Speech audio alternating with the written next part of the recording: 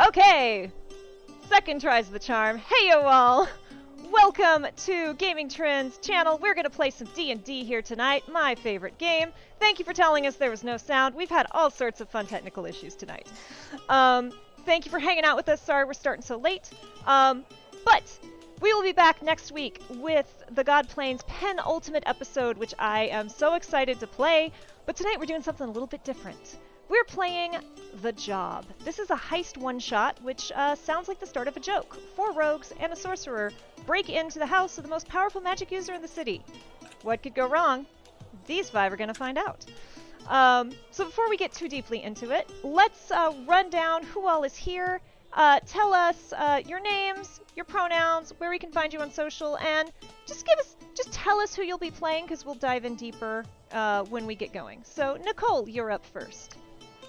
Hello, my name is Nicole. My pronouns are she, her. I am in dark and stormy Seattle, Washington, sometimes working on video games. But tonight, I will be basically the lady version of Kronk, just a dumb as a brick guard who is, I love stealing things. I just don't know how to plan. And Jen. Hi, I'm Jen. Obviously, a lot of you have seen me before. You can find me on Twitter at JenGeeky. I drop my notebook where I do a lot of fun, and drop notebooks. And that's. I'm playing Layla, and that was the perfect intro for her. So there's that. Judy. Hello. Hi, I'm Judy. I'm Jet Set on the internet. Today I'm gonna be playing Gayla Oberlin. She is a fancy lady. She's a socialite. She is of noble family of the area and is very much a Cher from Clueless, Paris Hilton-ish, like inspired character. But she has a very keen eye and actually is in the Thieves Guild trading secrets and information. And that's how she got roped into this plan. We're going to hop up to Emily. Hello, I'm Emily. My pronouns are she, her, they, them. I am in sunny, beautiful Austin, and I am playing Charity.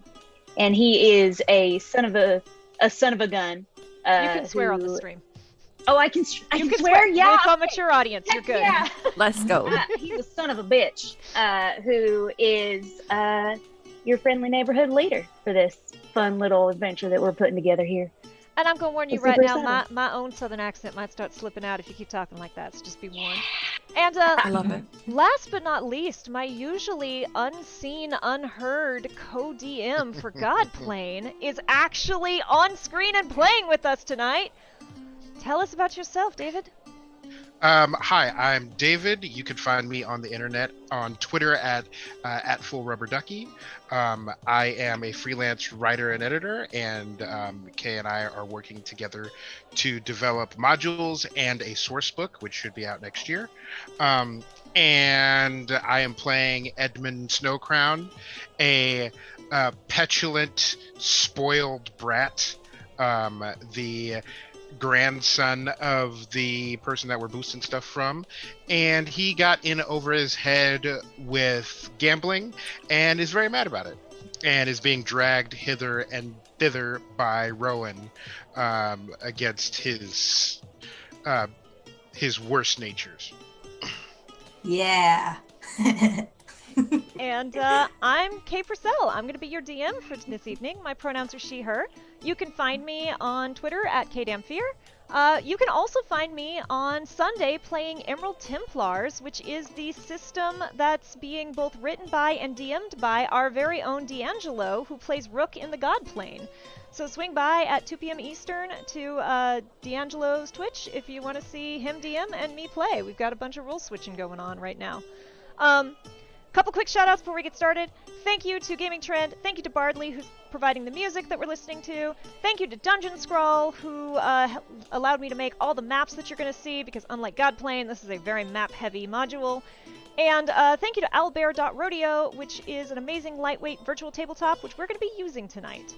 One more quick disclaimer. This adventure was very, very, very heavily inspired by a One-Shot, which was run by Liam O'Brien of Critical Role fame.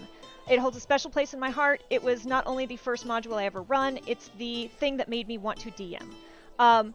It has a lot of twists and surprises and turns. And if you've seen the Critical Role module, please don't shout out, "This is what happened in Critical Role," because I haven't changed everything. Or if you really feel the need to shout out spoilers, also lie. Tell false truths, because some of these people hang out in chat because they're awesome like that. So just don't spoil too many things for these good folks. And with that, we're going to jump into our story.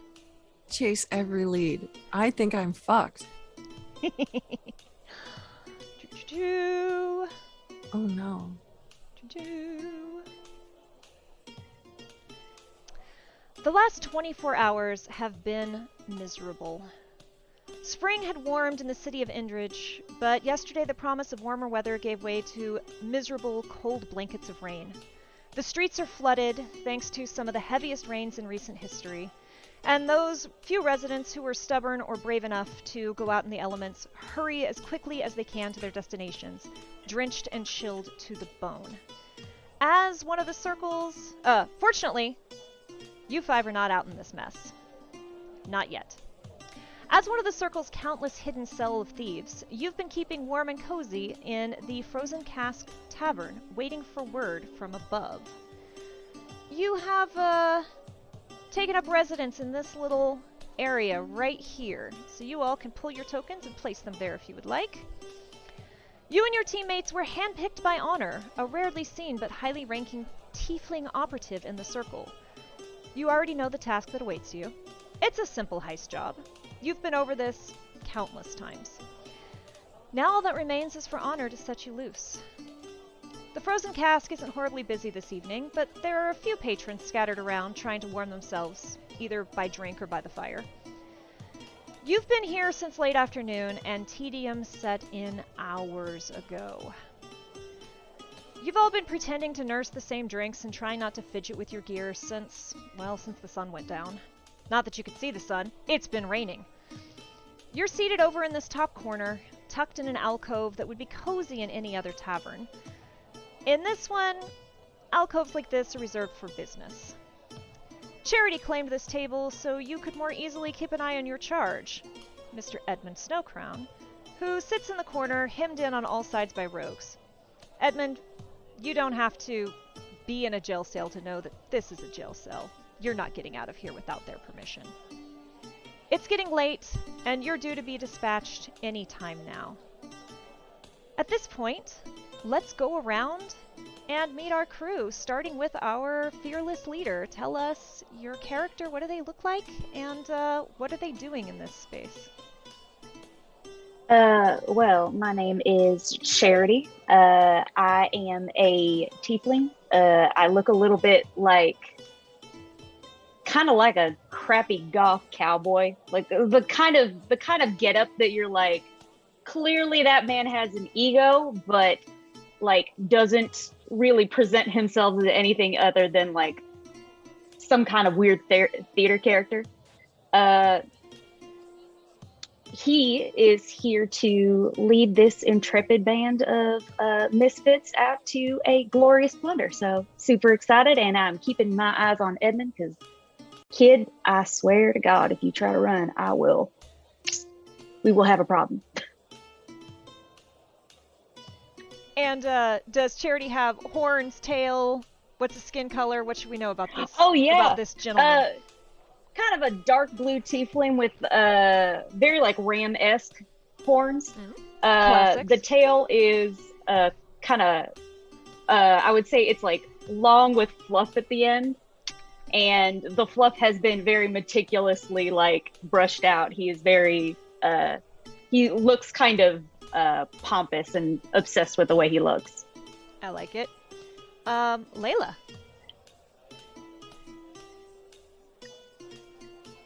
Hi, I'm Layla. I am a very, very, very, very short, barely 3 foot tall, deep gnome who likes to wear hoods and kind of keep herself hidden and doesn't like too much attention on herself because, for reasons. So she's got like dark gray skin and kind of wicked bags under her eyes because she's always like, I don't know, never sleeping. Yeah. Good thing this is an evening heist, because deep gnomes and that sunlight don't always get along, huh? No, they're not friends. So. Gala. So, Gala is looking. No problem. Gala's looking like super impatient, kind of leaning back in her chair, kind of legs outstretched, something twitching. Maybe her foot's tapping. Maybe she's like swinging her chair back and forth. She's leaning on it or something like that. She's fidgeting, and she's noticeably out of place in sort of like fine leathers. Like she's got some like embroidered like leather jerkin thing going on. She's got like the slim like spy girl leather pants. She almost looks modernly fashionable. And her hair is long and white. A couple of braids done up, something like she cares, but at this point it's like frazzled. She's out of her element. She's like, at this point almost shriveling up, kind of looking at the corners like, this place is so dirty and I hate it when Honor makes us wait here. God. And for those who don't know you personally, Judy is once again, as tradition holds, playing an elf. Yes, she's a toasty tanned sun elf. No, Eladrin. I don't know, something like that. Eladrin. Yes. But yeah, like green gray eyes, the white hair, and otherwise kind of long and lean. And our muscle, our big beefy not boy. Oh, bad moment. No, it's good. It's a good time. I'm always snacking. I'm Rowan, recent fallen Asimar, previous common folk, daughter of palace window washers, one day compelled to open the window and climb inside by a god I will not name. Would love to please them. No plans.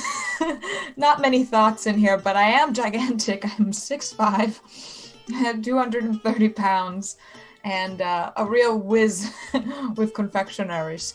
So, I've just been stuffing myself for the last few hours to pass the time, and also Edmund whenever he looks like he's starting to think thoughts.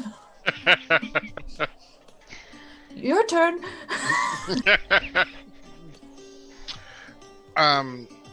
Edmund is human male, little frail, 5'5", about 150, though he's probably put on a tiny bit of weight since he's been kidnapped by the Circle. And he's wearing this half robe, half overcoat thing. Like he looks like he's been thrifting. I take that and it's personally. like big and poofy, and it's purple with like green stars on it. And it looks overly comfortable, but he is fidgeting in the most annoying ways that he can get away with. So like tapping his cup until somebody takes his cup away, tapping his plate, and like kicking the table, just doesn't want to be there, and knows that he doesn't have any choice but to be there, and so he's making a nuisance of himself. And Edmund is a human, I believe is how it's pronounced. These exotic Yes. creatures. They're rarely seen in the Dungeons and Dragons universe. Human. Human. So, any conversations, like quickly, that you all would like to have, or do you want to just jump right into something happening? I will leave that up to you all. Because there's going to be plenty of time for y'all to walk and talk. I think since you said like somebody keeps taking away like the thing that you're tapping, it's just Charity leaning over the table and just like grabbing the cup and pulling it towards him like, stop. I mean it. Just take a seat.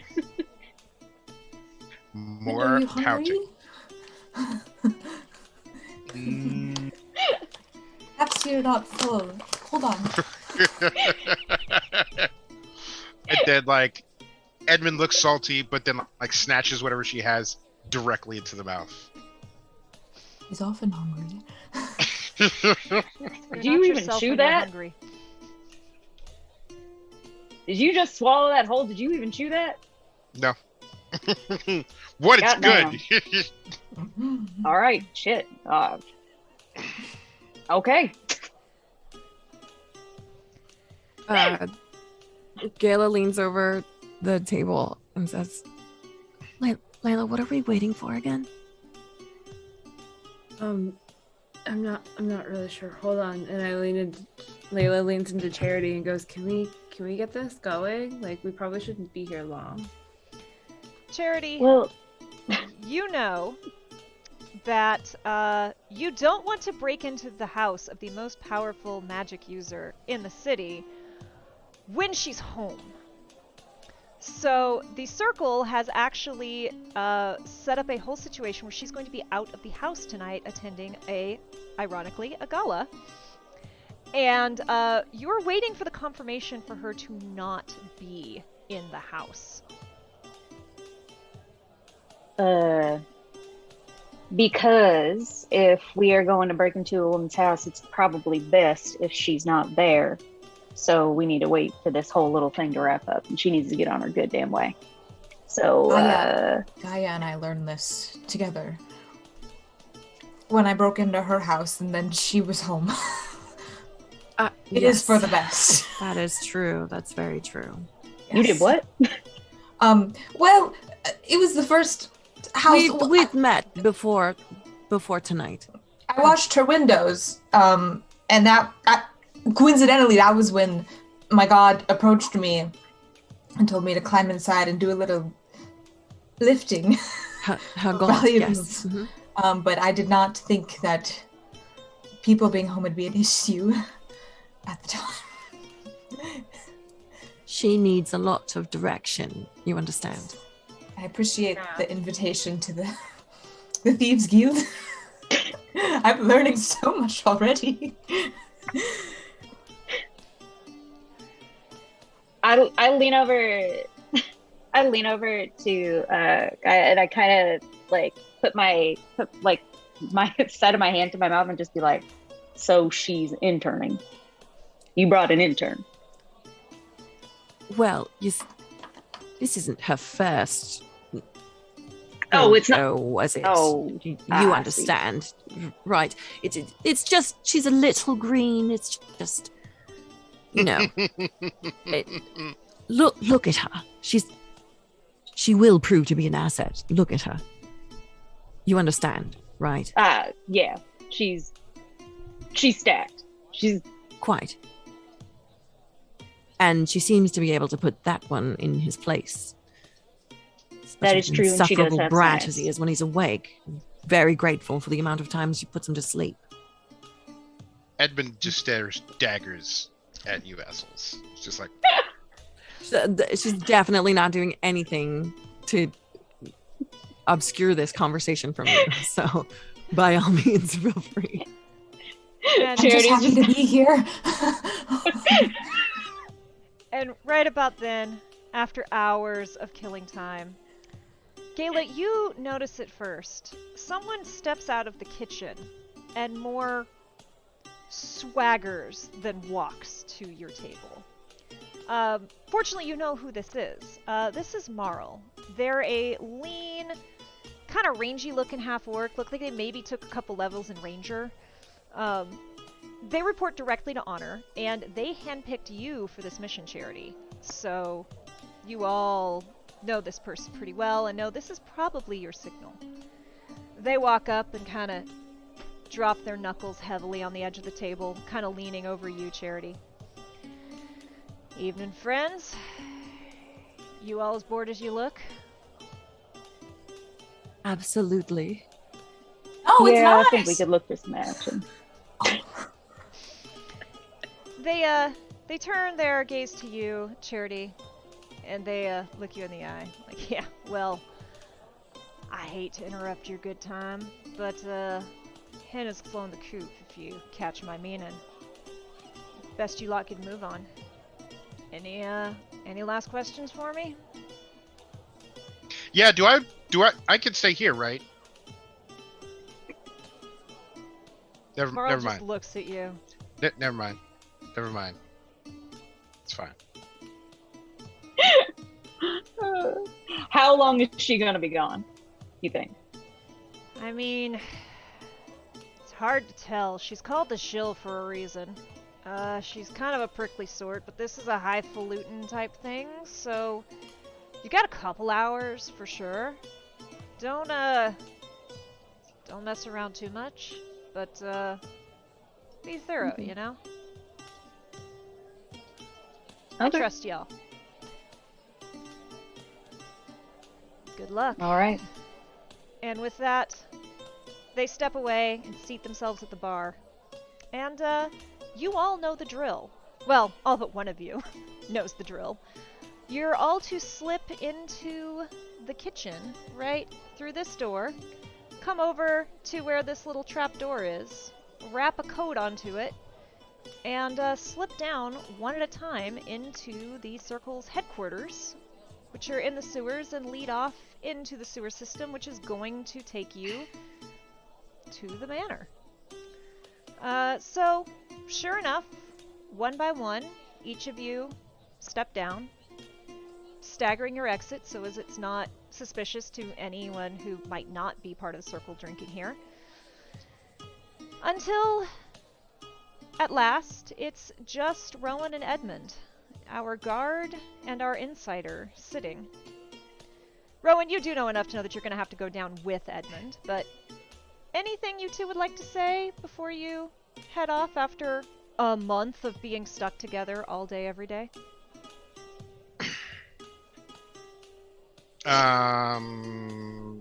Thinking. Don't have to. Hungry? Are you ready? He would you ask if he's hungry? He's like, no. Except, Are you nervous? no, I'm not nervous. I just don't want to be here. You want me to carry you like a princess or a bruised sack of potatoes? Fine, I'll go. And then like Edmund reluctantly like gets up and like shuffles, just drags his feet After you. down into the depths of the sewer, complaining the whole time. All right. And with that, you all step down and leave the room and make your way through the various twisting halls of the Circle's headquarters.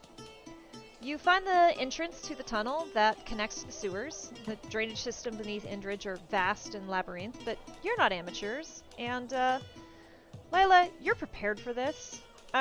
Make me either an intelligence or a survival check with advantage, because you have a map of how you're getting to where you're supposed to be. Okay. You are our maps and blueprint person, so this is on you. Nice. Wait, roll which one with advantage? You can roll both with advantage, because either one with advantage because you have it. You can either do survival or intelligence. Okay. Let's do... You're either logicking your way through it, or you're like, nope, okay, blueprint. I'll do intelligence with advantage. Oh no, are your dice cursed again? I rolled 2 1. We're off to a perfect start. Great. Roll 2 1s. Oh my god. Okay, put those dice away. So she starts going, and like, no, I got this. And she turns, and you all find yourselves in front of just a waterfall. Just a waterfall of sewage water. And this is very clearly not where you're supposed to be. Would someone like to snatch the map away and try? And lead the group through? What kind of roll was this again? Survival? Survival or intelligence. You have a map, so you can roll either with advantage. Someone must have put something in my drink at that tavern. You're just really focused on, like, how... Like, you've been so focused on the blueprints of the manor. I could look. How hard could it be to read it? No, nope, I got it. Nope, right here. Excuse me, but right. Thank you, Layla. Thank you. I'd like to investigate the map. I'd like to investigate the map. Do the thing. Roll it, and you get advantage because you have a map. Okay. Let's see. Okay. I got a 6 on the die, but I have a +7. Did you roll to with investigation? Yes. Oh, It was a 6 and a 1, dude. wow! We're Wow! off to a terrible start. So, 6 + 7 is 13. Okay. What does So- 13 get me? You it's a little rough. You hit a couple dead ends, but you start to lead the way. It takes you a little longer than you would like. I imagine you're getting a little grumpy, Charity. Edmund, I'm sure you're very judgy at this point. Because, Yeah, no, like they're gonna get me killed with this pack of this pack of just ingrates and idiots. So you make your way, not without issue. It takes a little bit. You've all probably got a little bit of poop on your shoes. But you make it to the central district, beneath Tay Snowcrown's house. Idris's grandmother, the Shill. Now, those of you who grew up in Indridge, which is my homebrew section of the Forgotten Realms, know that the Shill is a kind of salamander that is very, very nasty. They lay in the sun and absorb its heat, and then they spit fireballs at people. They're small, and yet they produce these huge gouts of flame. They're just nasty, prickly, not nice creatures. So it's pretty fitting that this particular magic user has this name. As you move away from the bustling city into the more dripping, damp, rain-soaked sewers, things get pretty dark. Who all does not have dark vision? I made sure to keep that off my bingo card. So, you all are able to walk along just fine, but your Mark is pretty blind unless you do something to help him out. Oh, I'm picking him up. He's going over the shoulder right now. With a solid tap on the took. As we continue on. Can I roll sleight of hand to pick Rowan's pocket? Do it. Rowan, what's your passive perception? Is that the big boy? Oh, you can roll perception, or you can just do your passive perception. I don't know what that means. Oh wait, it's 12. Gotta beat a 12, Edmund. That is 6 + 5. That is not a win. Nope. So do I feel him? You feel this little shit going into your pocket. I just go, oh, I know what's going on.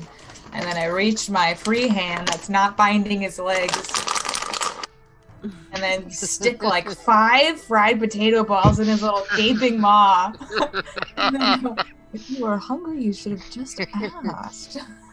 Then you hear, like, in a mumble, I'm not hungry. Potato bits go flying. So, the sewers are well maintained, but they are waterlogged. This is the heaviest rain you all have seen in a long time. Can't help but wonder if that's going to make tonight a little bit more difficult. You wind and turn, and eventually you make your way to your destination, which is a large runoff drain in the center of the Shill's property. You come upon a T intersection with one big pipe coming out. That pipe is part of the plan. You're supposed to climb it, and then it splits, and you take the right pipe, and that's going to drop you right smack in the middle of everything. But there's two problems here. The first, it's raining, so there's water just gushing out of it. The second, that pipe has apparently been worked on or changed since the last time someone came down and checked on it. And that pipe is so small, there is basically no way Rowan's fitting through it. Oof. So you all stand amid dripping water, gushing currents, in the middle of a sewer, wondering what to do.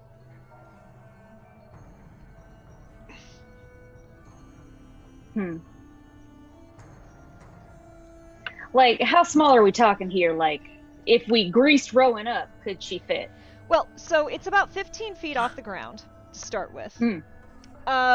Problem. Yeah. Before it was going to be an idea of just boost him up, but, it was supposed to be, like, nice and big, where, yeah, Rowan would have to stoop, but, like, now it's, you might have to grease Rowan up. You could probably do it, but Rowan might also block the water that's gushing out of it, because it's raining. Oh, so we would basically Augustus Gloop Rowan. Yeah. What? Are there any... Do we... What? Do you have a map?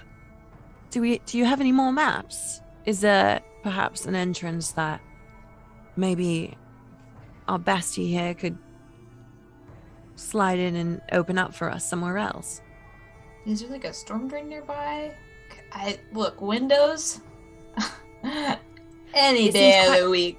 Seems quite tall. I mean, instead of boosting you, what if we boosted Layla?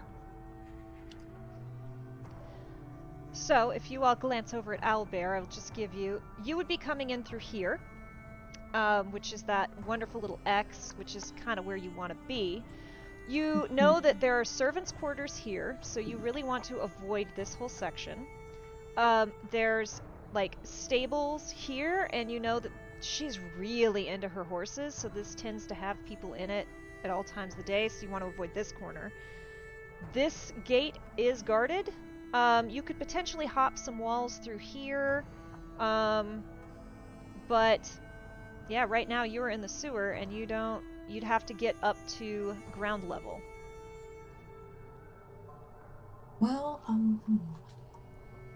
And the sewer doesn't open up to anything? Like, is there... You can, there's all sorts of manholes that you can climb out of, but they're going to take you outside the wall of her property. Oh. All the drains in her property come to this, collect in this one big central one before they go empty out. I thought, because I recent cool wings lady god touched, still look quite common folk. I do have +7 persuasion, so I could just try to walk in the front and talk to the guards and be like, I'm here for window-related maintenance. I mean, I've been in this area my whole life. Like, how would they know? Who's gonna know? No one's gonna know. They're gonna know. No one's They're gonna gonna know. They're gonna know. They have to know. And plus, we all need to be there. Well, you guys go the normal way, and then I'll just be less covered in duty when I talk to them. Just a thought. I'm crazy. I do also have wings. I mean, I could try to, yeet over the wall in the back. Please don't forget your charge, though. She's gonna, like, side eyes. I have 2 bundles of rope. That's I'm true. quite We do have plenty of rope. confident.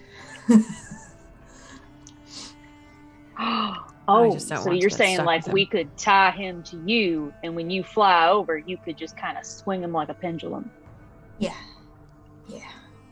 Have I used these bad boys a lot? But No. you can fly. But yeah, I'll get over. I just don't know if he won't, into the wall. You can definitely carry him. Like, you only get your wings for like a minute. Yeah. But yeah, you can. We'll soar over. Is anyone looking around while you're chit-chatting? Or are we I'll all Yeah, I'll like do an investigation. Anyone make me investigation or perception and let me know which one you're rolling. I am gonna go for a perception. We're gonna stop rolling the digital dice. I got 18 total investigation. I told you to put those away. I know, I got a 5. Dang. I got a 13 investigation. Okay. Rowan, you looking? Or are you just really focused I on got it? I did for perception. I rolled a 10, but I have a +2, so it, Okay. yeah. So, Layla, it's raining. There's a lot of water here. And that Things pipe are is... wet. Yeah, that pipe is smaller than Rowan, and, yeah, it's not fun. Rowan, you notice that all the the sewers are really nicely maintained, and they're all very nicely, like, laid out, in, like, a perfect pattern. Gayla and Charity, what you notice is just maybe 5 feet away, there's, like, one brick out of place. With everything else so nicely maintained. And I assume Edmund is just still pouting. Yeah, absolutely not. Like I got a 13 on my perception roll, but it doesn't matter because even if, like, I would no, absolutely not. You're focused on that little piece of potato puff that's in your teeth. Yep. I look at Layla, and I look back at the brick. I say, "That's an opportunity, but it's so much so that it is too good to be true that I am going to check the traps." Sounds like a smart plan, boss. Roll me another That's what investigation. you called me, boss. I appreciate that. Getting off to the right foot right away. Let's see. That is another investigation. Mhm. That is a 16 total. Okay. You are, like, looking all around it. And, like, even with that good of a check, like, it just looks like a brick that's sticking out a little tiny bit too much. And you step aside and you start to kind of move it. And not just that brick, but, like, 4 other bricks around it all kind of move at once. But nothing else happens. And you look and you kind of see the outline of, like, 4 bricks kind of slightly moved. It looks like there's a piece that's made to come out.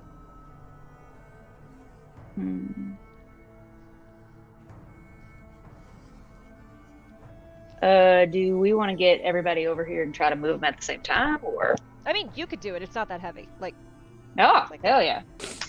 Yep. I'll try to move them. Let's try to do this thing. so you grab it and you pull it out. And it reveals a hidden section in the wall with a little round shape in it. A little round metal disc with an insignia on it. It's a lizard curled into a crescent moon with flames coming from its mouth. And you all know this symbol, you more than anyone, Edmund. It's the sigil of your grandmother.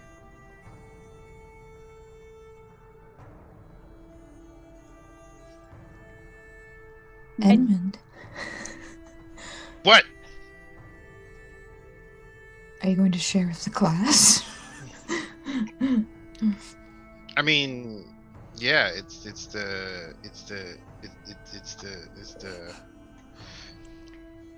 sec, I'm checking my notes. Scroll. If you need more blood flow to the brain, I'm happy to invert you. Oh my god. Well, funny you should mention blood flow. Because you know how your grandmother used this symbol on the occasion that she was too tired or too grumpy to cast proper magic. Unfortunately.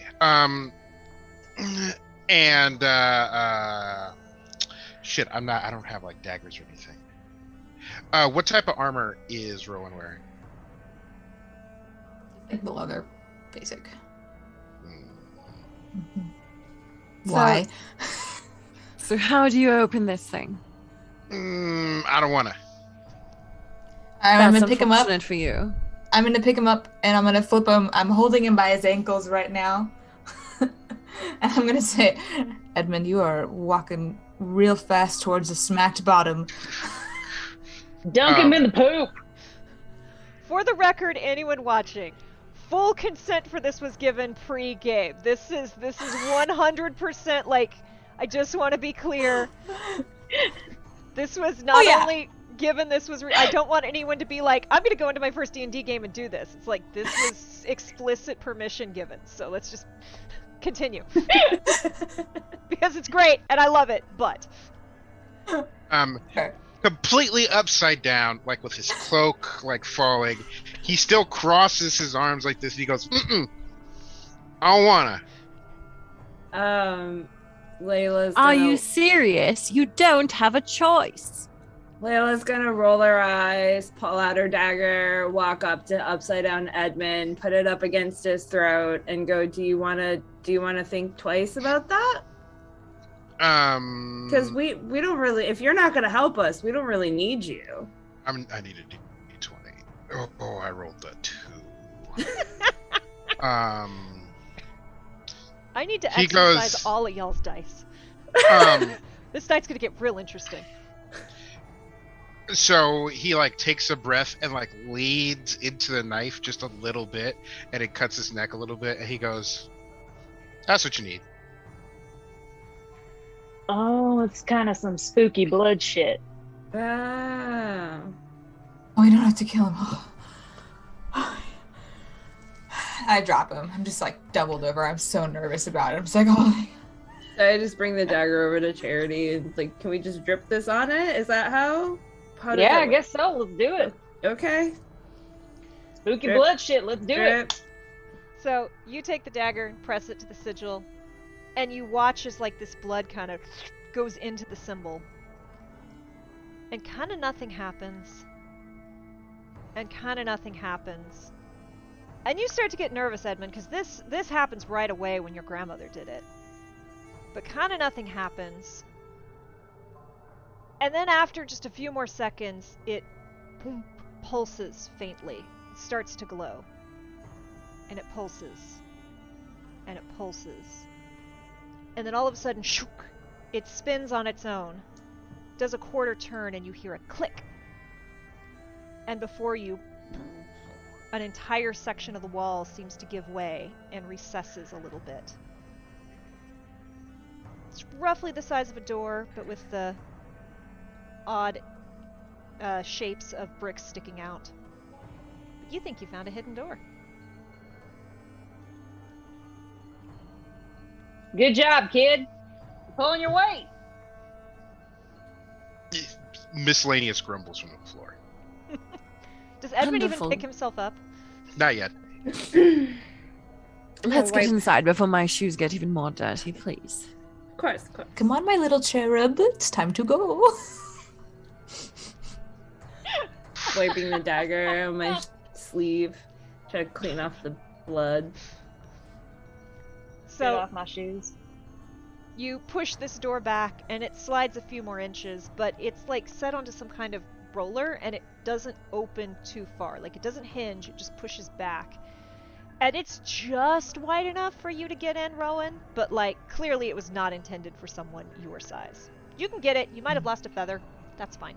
It's okay. It's okay. You step into darkness and a small space that gives you just enough room to all kind of get in there. There's a straight, just stick straight hallway, plain and regular, which extends before you, and it seems to stretch on and on and on. And it is pitch black in here. And if you all decide to proceed, I need to know your marching orders and how you are proceeding down this hallway.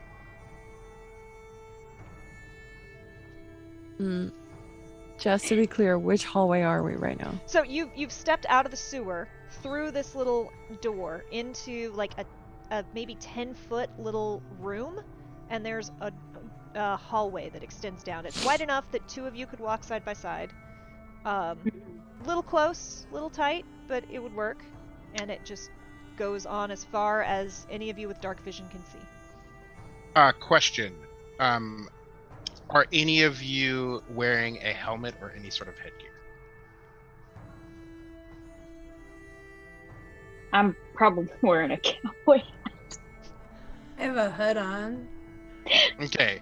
So I go up and like touch Charity's cowboy hat, and reach into my pocket for some moss and cast light. Oh no. You can see on Charity's face that he both A, recognizes that this will be helpful, but is B, also pissed off that you turned his hat into a fucking like nightlight. Because that was a nice ass hat, and if that doesn't wear off, I'm going to be pissed. At the same time, A glowing rogue, my favorite thing. Right. I feel like you may be both into a torch and a target, but I understand. So, who's leading the way? Definitely. I'll lead the way since I'm I'll now. walk with Charity. So A we got Charity and deaconess Layla alive. up front. Mm. I'll be at the back because I don't want him doing any funny business. Okay, I guess I'll be in front of Edmund. Okay, so Charity, Layla, Gayla, Rowan, or Edmund, then Rowan. Yep. So you all start to walk with Charity's glowing cowboy hat leading the way. And you get about 10 feet in when an orb near the ceiling flares to light. And does nothing, just sits there lit up. I need to look up a spell. Seems helpful. Yeah, I want to inside check that orb. Insight check the orb. I'm here for it. Friend or foe, light?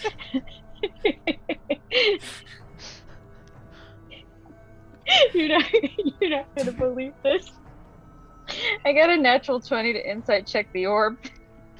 Oof. So, you look at that orb and you squint up at it.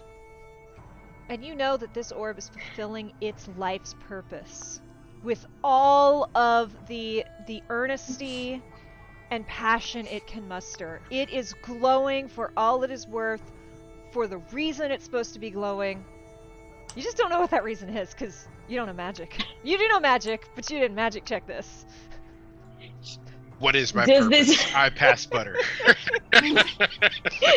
Does the earnestness of this light bring me to tears?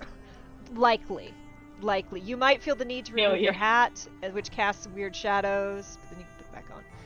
Yeah, no, I wipe a tear. It's just doing its best, you know? Can I investigate the surrounding area to see if this light has like an origin point? Oh, Or yeah, like it is just a straight it's up, a like, ball of light, and it's like a- that's yeah, clear to me? Yeah, it's There's almost no like it's almost like a dancing light spell, except it's just stationary up there. And you don't know what triggered it.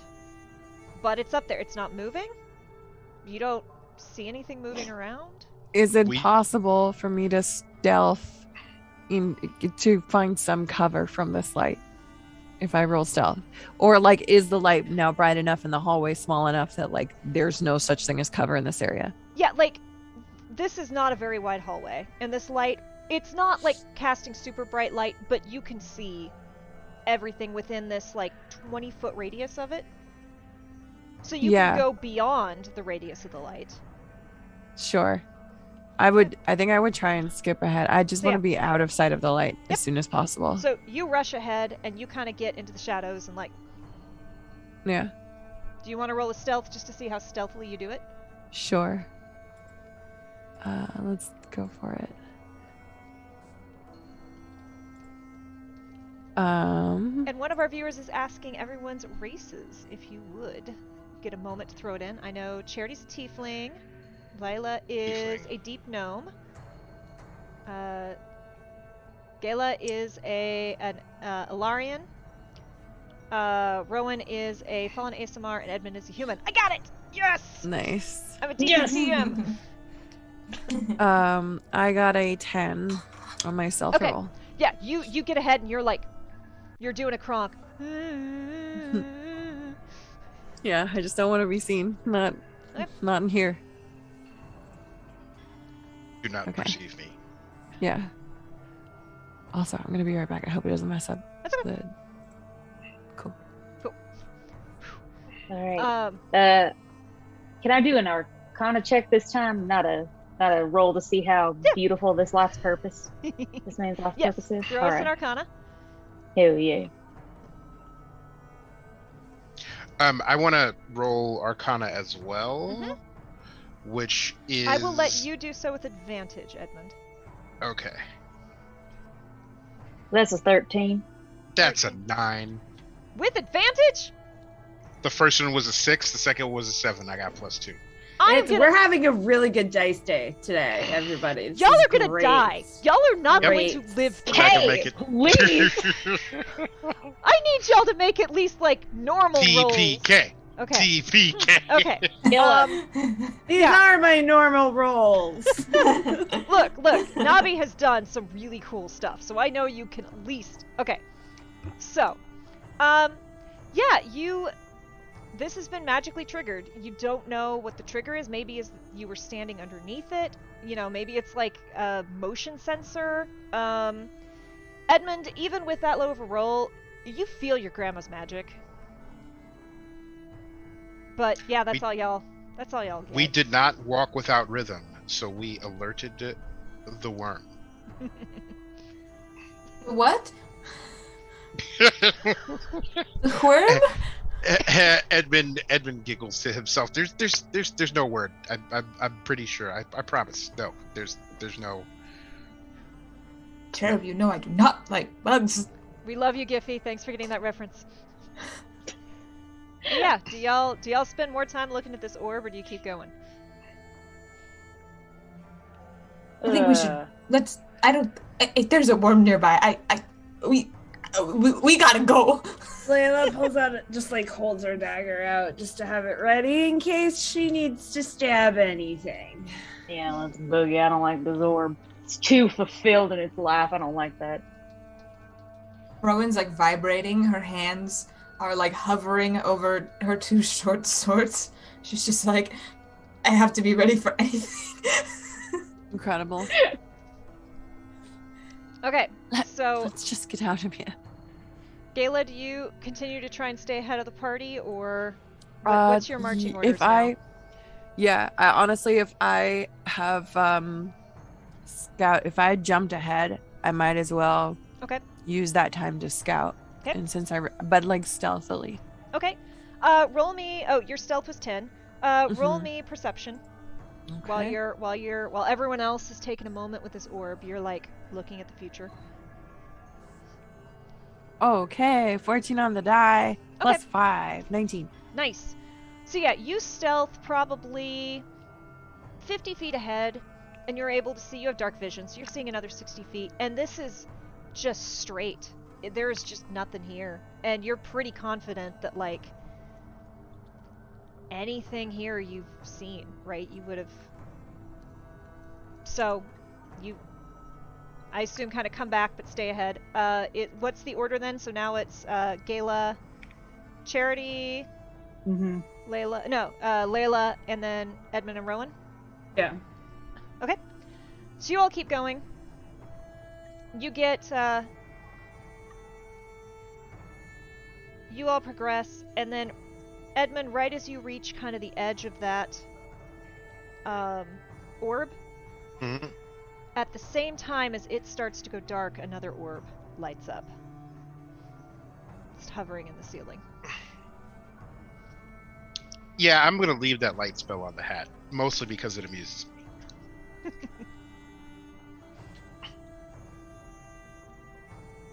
Damn. I'm gonna admit it's useful. If you do not turn my hat back at the end of the evening, I am gonna send you a full bill for this hat because it was expensive. Thank you. We shall see. So, Wait, Please just pay if for it's my a- goddamn hat. if these are just where's... Can we go faster? Well, Yeah, I will point out. Hallway? Am I like walking like this since I'm super tall, like really close to the orb? No, like this is a tall hallway. Okay. I will say that,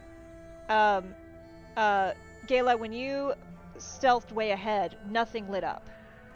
But these lights do seem to light up when the main party passes through. And if anyone would like confirmation or a clue, you can roll Arcana. Edmund, you roll it with advantage. Okay. This isn't gonna go good for me, but I want to roll for it just to be. I have just plus because I'm 3 to nervous. Arcana. I got a 2. I got a 7 minus 2, so I got a 5. And you still did better than Layla. Layla's just having a night. You need to start lying to me, girl. That would be a 17. 17? I How'd got a you do, 14. Gayla? that's a natural one. Oof. Ooh, a nat 1. Ooh. Oof. Okay, yeah, there's lights going off. Gayla, you understand that this is definitely a magical trigger. You don't understand why it didn't trigger for you. Edmund, this is spooky blood shit. This magic was done by your grandmother, and it is literally responding to your blood because you are a sorcerer, and your magic comes from your blood, and it feels the magic in you and recognizes it from your grandmother. Yeah, I don't say a goddamn thing. And you're gonna have to tell me how you feel about that. I mean, it's fine. Like, when I stayed in the house before, when I wasn't completely drunk, I could feel like resonance with like different spells. So it's not all that like disconcerting or uncomfortable. It's like, oh, well, this is fine. So, you don't say a thing. If you all keep going, I need you all to tell me, if you're being quick, we'll probably want athletics. If you are being stealthy, we want stealth. And if you are being perceptive and really checking where you're going, I will need perception rolls. And if you're being quick about it, I will need them at disadvantage. I vote stealth. I think I'll be rolling for perception because I'm too scared at the concept of bug to really be like hustling. Mm-hmm. I'll join you on perception. I got an 18 for 18? hustling with an eye out. My dice Okay. fell off my table, so I got it. Do we all have to, I got a net. I got So- a net. so- 20. Before, Nice. excellent. So before, are we doing stealthy or are we doing hustling? Because I've heard two different. Gotta decide as a team. Like as a group, we need to decide. Oh. Okay. I mean, or a Um, bunch of you can, if some of you want to rush ahead, and then the rest of you are behind. Gayla's already been scouting, so you I'm can happy to split continue. the party. I don't. Just saying. I'm gonna go with whatever Charity picks. So Yeah. I will go stealthy Okay. on this one. okay, I'm thinking still. Okay. I So got a 25. group stealth check then. So Charity. With my roll with stealth, that is a crisp 23. Nice. Layla. 25. Gayla. You do it every time. And 13. 13. 14. Rowan. 16. 16. Edmund. 16. 16. Okay. And then I'm gonna need one person who's taking point to do like the main perception, but everyone else is also can do perception rolls. But the person taking point is gonna have a longer view, if that makes sense. I kind of vote it's not Layla because of my rolls today. Just throwing that out there. I have a +5 perception. What do other Ooh, people? yeah. What do other people have? I got a +1. You take it. We got an All right. observant elf here. Cool. Give me perception. Going for it. 10 on the die, so that's 15. 15. Okay. So you get about another 100 feet in from where you've started seeing these orbs come and go. Gayla, you'd suddenly stop and hold everyone up, and you just barely see it with that perception roll, but you see faint scorch marks in patterns across the ground. And you look down, and you squint, and you pull Charity over so the hat will cast a different light, and you find a pressure plate. If anyone would like to try and disarm it, that is going to be a sleight of hand check. Ooh. Which you are rogues, at least one of y'all better be good at this. I have a +8, if that's helpful. Ooh, That's a lot better than mine. you definitely. So give me a sleight of Your hand as area of you take out expertise. your thieves' tools and you try to Indiana Jones, get the little thing under there. Yeah. That is a 24. Woo! Easily. You pop it open. You're able to pop the trigger off. So this trap, while the plate is still there, the trigger mechanism has been disabled, and you're able to keep going. All right. You all... now I'm mad, because you all get to the very edge of this pressure plate, and you don't even have to roll for it, Gayla. Because with your passive perception, you see the faintest beam of light going across the ground at about ankle level. You just barely see dust motes going through it. Wow. Yeah, I would definitely point that out. Be like, look there. This must mean something. Could it be a sensor? It's like a tiny window on the ground. Wow. Love her so Is- much. Is Edmund wearing any kind of hat or head covering? Nope. Damn it. Ugh. Okay. I take my hat off.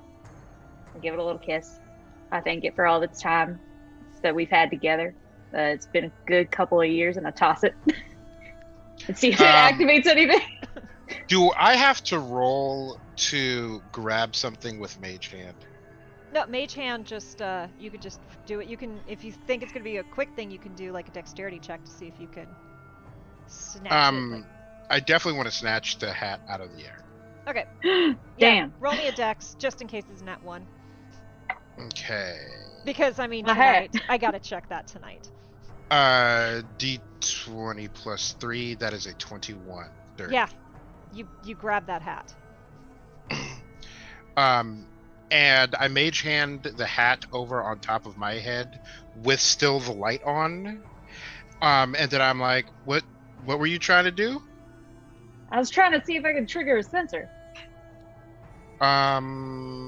How corporeal is Mage Hand? You do I not... don't think it would activate a sensor. Well, so there is a Mage Hand that's invisible, but there's a very specific Mage Hand that's invisible. If you don't have that, then there is a slight color to it. Yeah, okay, this hand can't activate magic items. So now I'm wearing a beacon hat. And I go, yeah, that does look like something that could be tripped or something. Do you want to do an investigation or an arcana or something? Yeah, I want to do an arcana check. Okay, roll it. Why don't I have more arcana? That is a 19 on the die, plus 2 is 21. This is a magical trap, and anything that breaks that beam of light, it is going to cast a spell. And with a roll that high, the good news is you know what it is. The bad news is that spell is Magic Missile, which does not miss. It just happens.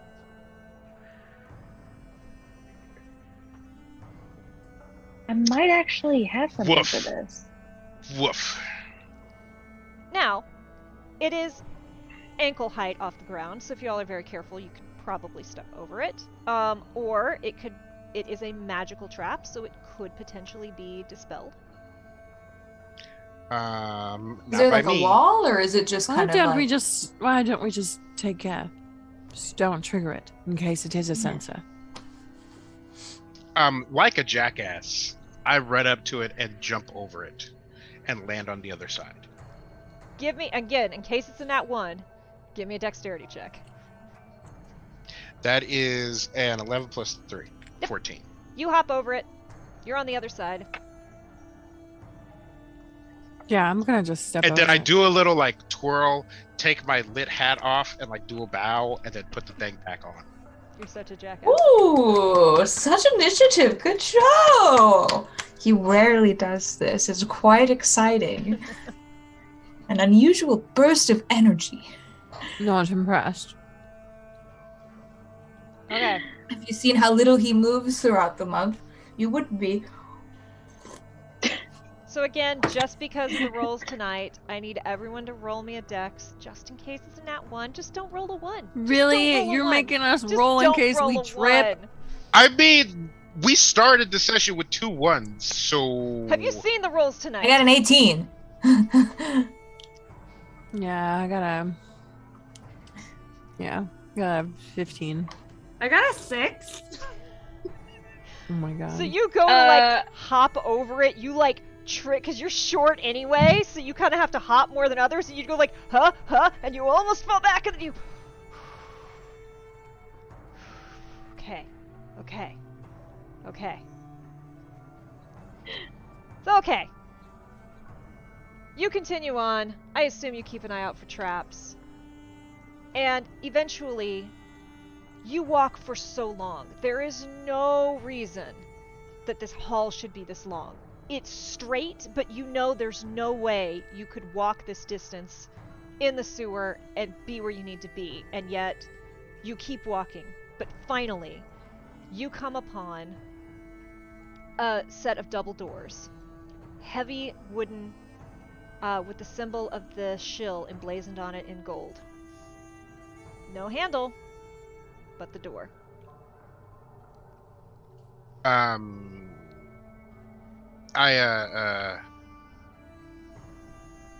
wipe at the blood on my neck, and then wipe it on the seal, and then I say friend. So, as before, it takes a little bit longer than you feel like it should, but eventually they pulse and glow, and the doors open to a short set of stairs that goes up.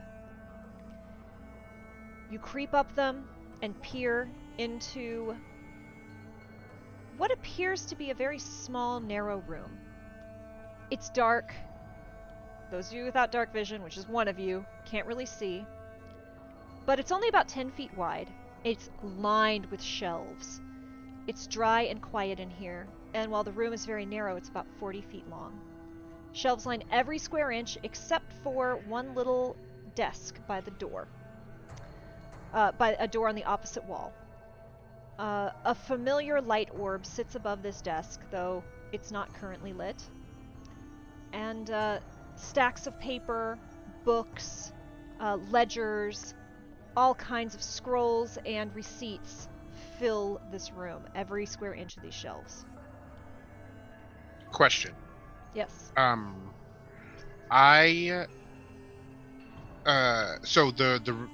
So two questions. One, is it this unnumbered room on the map? You are disoriented, Edmund, because Okay. you've never been in this room. And two, I have a brightly lit hat. I understand that the room is dark, but Oh, you step in with a hat and you can see. okay. You're casting hellish shadows, though. Mm-hmm. Also, in the previous room where we were in, were there windows? No. Okay.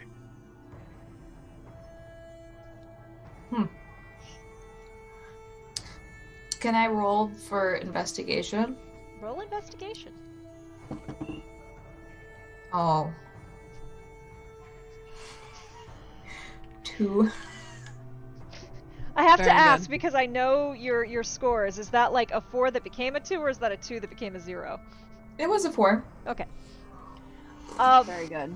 Yeah, there's shelves and a lot of paper and books. Yep, Name's this looks like Rowan. it's made out I'm of wood. 23 and I never learned how to read. But you are pretty sure that you've made it into a house. Is it the Shill's house? Not sure. But you've made it into a house. Alright, I'm gonna turn to everybody and whisper like really loudly and be like, I think we're inside someone's house. Good, Yay. good. Let's get into it then. What did Yeah. you say we're looking for? Charity. What was it again? It's a jewel, right? And she just like starts picking up. She picks up any random. So she goes over towards the desk to see if there's any books open on the desk. Yeah, anyone- we're looking for a gem. Yep. Roll investigation. Cool. I am going to specifically investigate for any actually maybe less specifically. I'm going to be looking for any large transactions. Like as soon as I realize that these are ledgers, I'm looking for big purchases, like painting, records of that nature. Mm. So I'm rolling investigation. Oh, yes. Okay, that's 16 on the die plus 7. The 23. 23. So yeah, you start going through. Now, there's this woman has her fingers in everything. There's cloth, there's grain, there's armaments being moved, there's bank like lending happening. Some of these sums of money are huge. But again, it seems to be you keep flipping through, and like just when you're done with one thing, like here's a whole other. There's so much going on. It's almost hard to track. But it's also strange because oh, sorry.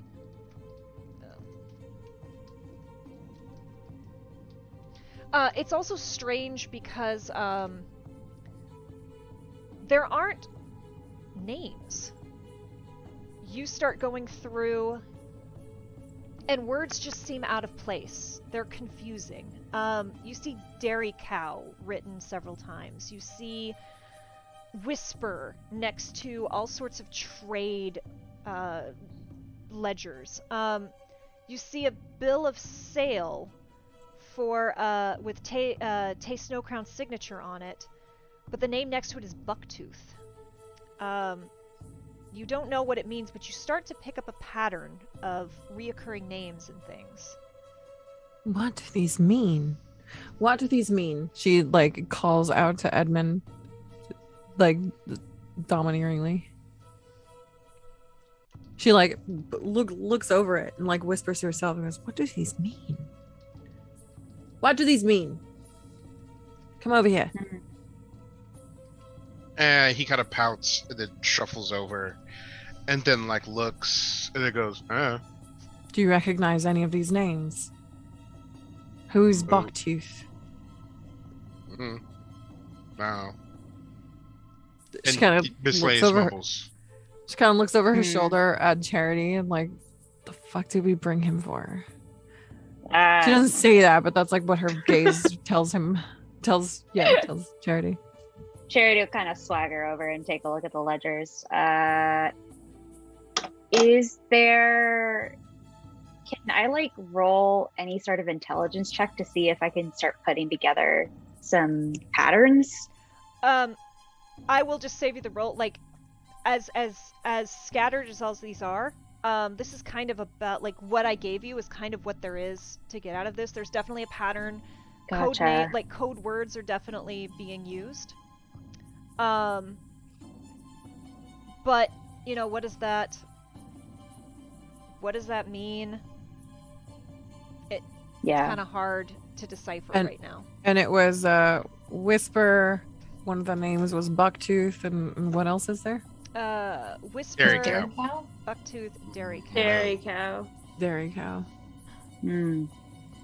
Is there like any doors in this room? Like Yes, other so- ones? Like, this doesn't seem like a place that Yeah. I would put something big and So- shiny. You kind of walked in on this side of the room where it's long and narrow this way. There's a desk right here and then another door right there. So you can definitely open that door and head into the next one. I think I'm just gonna walk over to that door and just be like,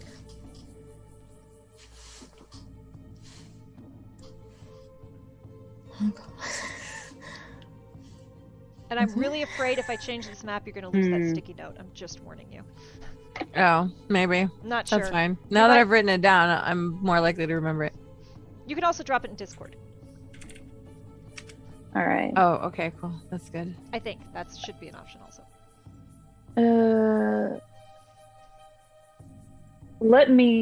I'm gonna pull out my bag, Mhm. and I'm gonna look at Gala and say, let's just collect all this for posterity, because if there is more treasure beyond the ones that we're looking for, I'm sure the circle will want to know. So there are multiple shelves. Every square inch of this is covered in paper, receipts, bills of sale, ledgers, all that. So there's no way you can take all of it, but you can certainly grab a couple of what you think. You know, Yeah. Gayla did a good roll. She could probably grab like the ones with the biggest transactions. Yeah. The ones with the biggest transactions, what are we looking at here? How big are we looking? Do we have any physical characteristics for this kind of stuff? I mean, a lot of it is bills of sale or loans, but they are often up in the tens of thousands of platinum. Mm. This is whatever is going on is not a small thing. Mm. All right. Seems like there's a lot more money to be made around here than what we're just here for. I like that. What are you Pretty thinking, interesting. boss? I'm thinking we just take a little look around. I'm gonna lean over to Edmund and do a little whisper. Be like, is that a bad idea? And I'm going to, can I roll for persuasion in the hope that he will be honest with me? Do it. Would that be what I roll? Yeah. Yep. Do it. Well, I mean, We're is friends. is it persuasion or intimidation? No, because I think we had some nice times in there. So I rolled a 16 plus 7 persuasion. So I feel like in this moment, you've just She's- seen me cower over the concept of worm. And, She's being really persuasive and she's fed you really well. yeah. Basically, I tell Rowan that, like, yeah, there's some hinky things around here, but this room should be mostly okay. I think I am a little disoriented because I'm not 100% sure of which room we're in, but if we weren't supposed to be in this room and she didn't want peasants, and then like looks around in here, then you probably would have sprung something nasty. Okay. Can I roll insight to sort of get my bearings in the house? You also know that, strangely, like opposite of what a lot of people are, your grandmother was a little looser with her money than she was her magic. Okay, insight. So that's an 18. You've never been in this room before. And that sucks. Yeah. So I'm not going to tell them that. They don't need to know that I don't know what I'm doing. I mean, we are. Can Gayla I already roll does. You didn't to recognize see? anything in the books, so I Yeah. already think you're incompetent. Don't worry about it. I will make sure to disprove this assessment. Perfect. Let's at least take stock of what we have and know that this room exists. Can we mark it on the map or something? Yeah, let's mark it down. This will And then- be something that we should come back to Yeah, on the way out. and as we investigate the house, be on the lookout for things that might have to do with whispers or dairy Bucktooth. cows or bucktooth, perhaps. I don't know. They're listed there. It doesn't make sense. So I think it'd be really hard to miss a dairy cow. perhaps not literally. Never mind. It's fine. Can I roll an investigation check? Yep. In here. Take a little look around. Take your little look around. Take a little look around. Let's take a look.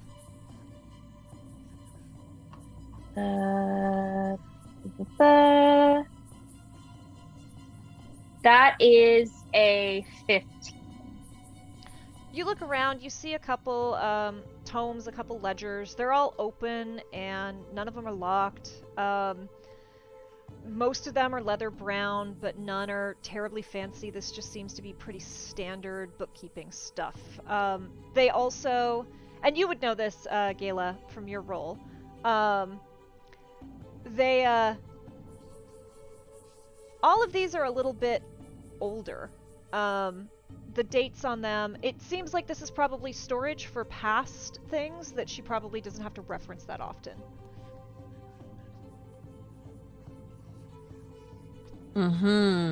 Okay. So this is the save it 5 years for taxes, except she's not paying taxes on it, probably. So Right.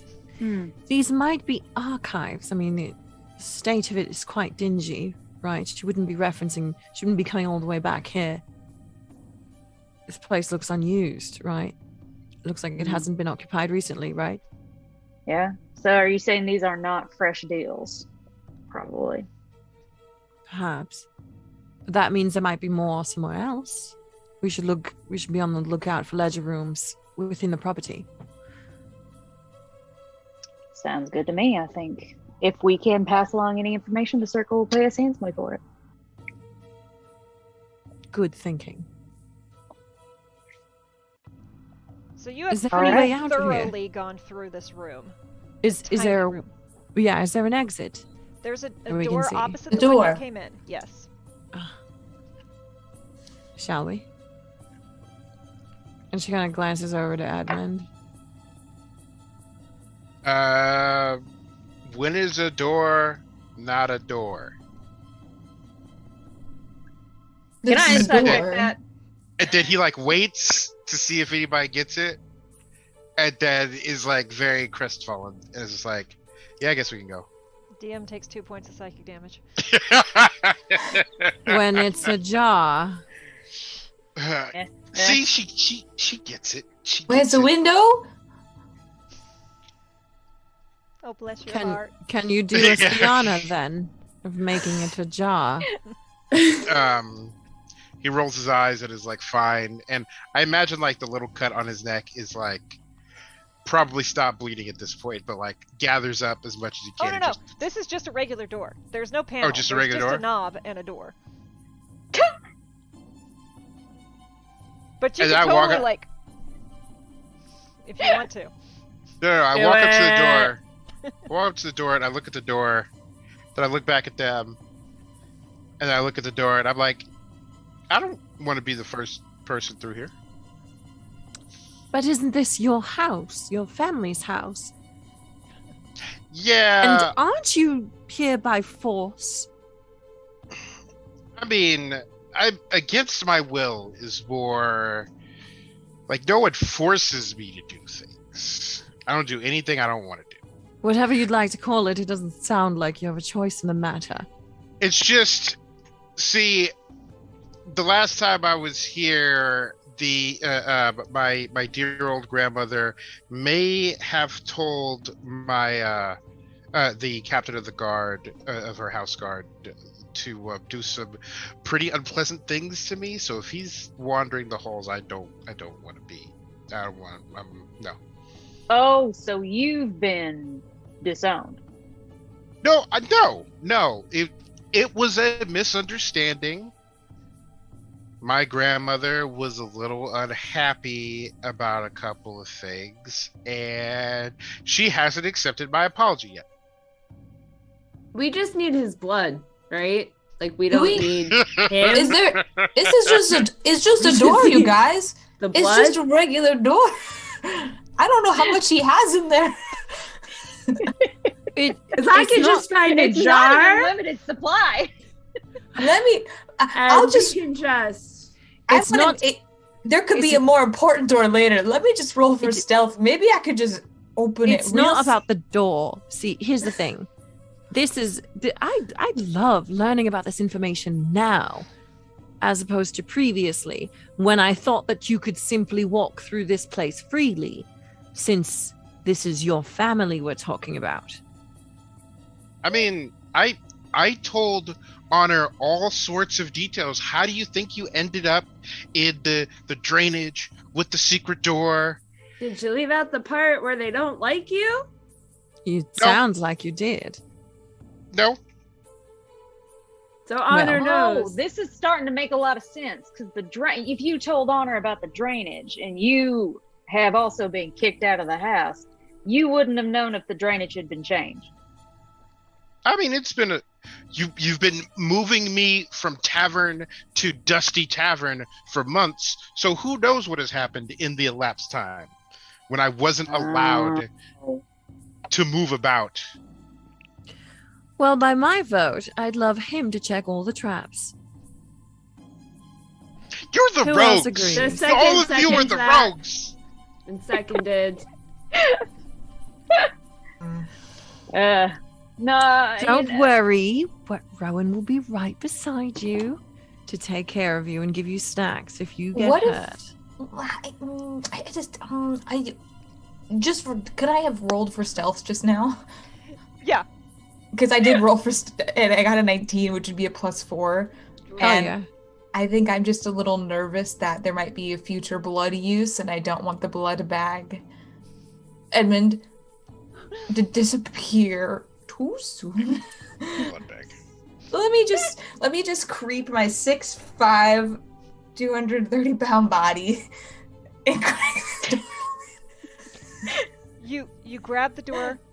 While we're discussing this, you just sneak on yeah, by. I'm just like, Very and then delicate. we refer to Rowan and we're like, And you see this large individual with the door cracked and her head poked partway through. And Rowan, you see a room beyond, also not lit, but lined. I should be able to see though, I think. You have dark vision. Yeah. Lined with treasure chests. I just like cough. I just start coughing. I'm like,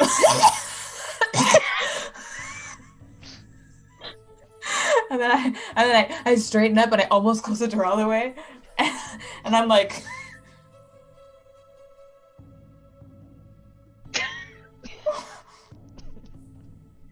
Hey, Rowan, you good? what? What is it? I think I found something. A good thing or a bad thing? You're worrying me, sweetheart. And then I just swing the door open, and I'm just like, look at this. So you all, looking in, see this room. You are looking through a door right here. And Edmund, you immediately feel better. You know this room. This is the room where you used to skim from Grandma's pocket. Okay. These chests, you remember, they are untrapped and unlocked. They are filled with gold, riches galore, and this is where your problem... Like, you always had a problem, but it got worse because you had access to this room. Rows of chests, thick, wooden, and solid, are precisely lined up against the walls, and 2 rows down the middle. Most are sitting on the ground and about 3 feet tall, though against this wall here, There are a set of smaller ones that are perched up on a long shelf. There are 2 long tables in the room. There are a couple books, a couple ledgers. You feel like these are, receipts and keeping track of new things. And there are, in this corner, some barrels of various things. Wheat, beer, some probably like silks, like various things that are trading that it looks like this is a very practical, we're moving these out very soon type space. And as you all step into this room, I say we take a very quick little break. That's good. Okay. Thank you everyone for watching. Thank you for joining us. You've got so many new folks. It's so great to see you. We will be back in hopefully like 5 to 10 minutes, and we will continue this little adventure with this group of... I'm gonna say chucklefucks because that's just what's happened so far, and I love them. So we're doing our best. We're gonna exercise some dice, and we're gonna get into the meat of this heist here real soon. Thank you so much for hanging out, and we'll see you all real shortly. Bye, y'all.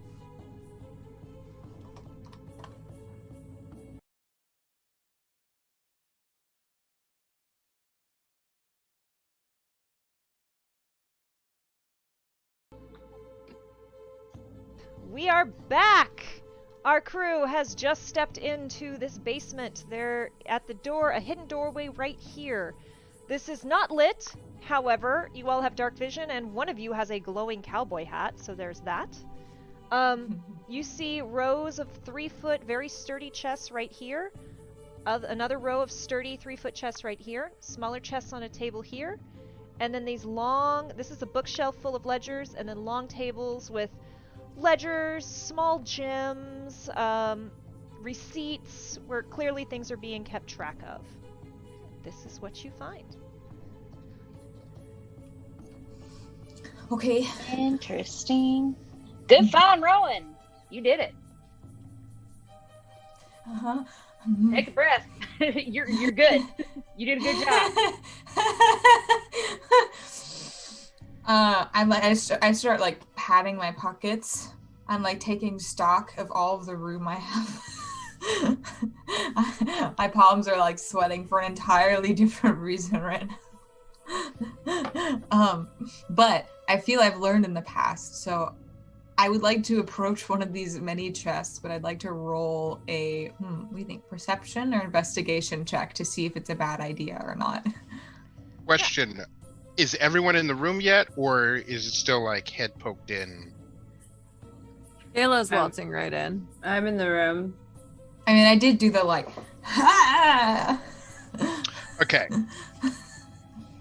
Given my familiarity with it, I just walk in and I just start popping things with Mage Hand. Like every single chest starts opening up, and then I go to like my favorite place to skim from and start just filling my pockets.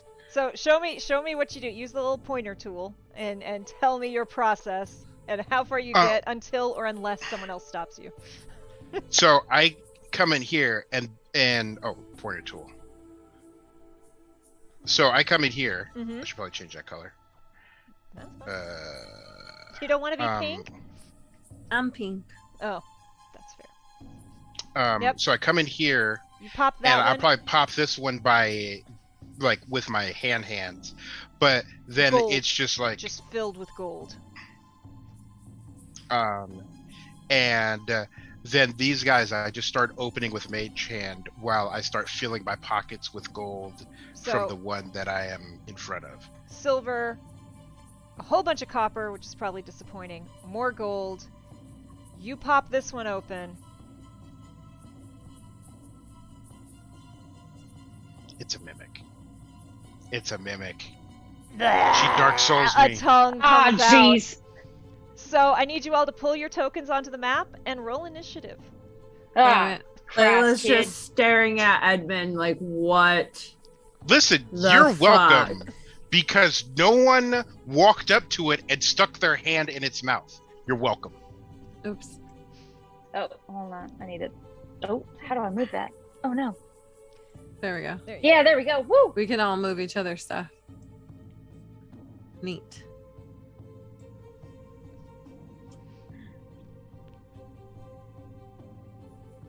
Well, I got an 11. Okay. Oh yeah, are we rolling initiative? Yeah, hold up. Let me pull this up. I need.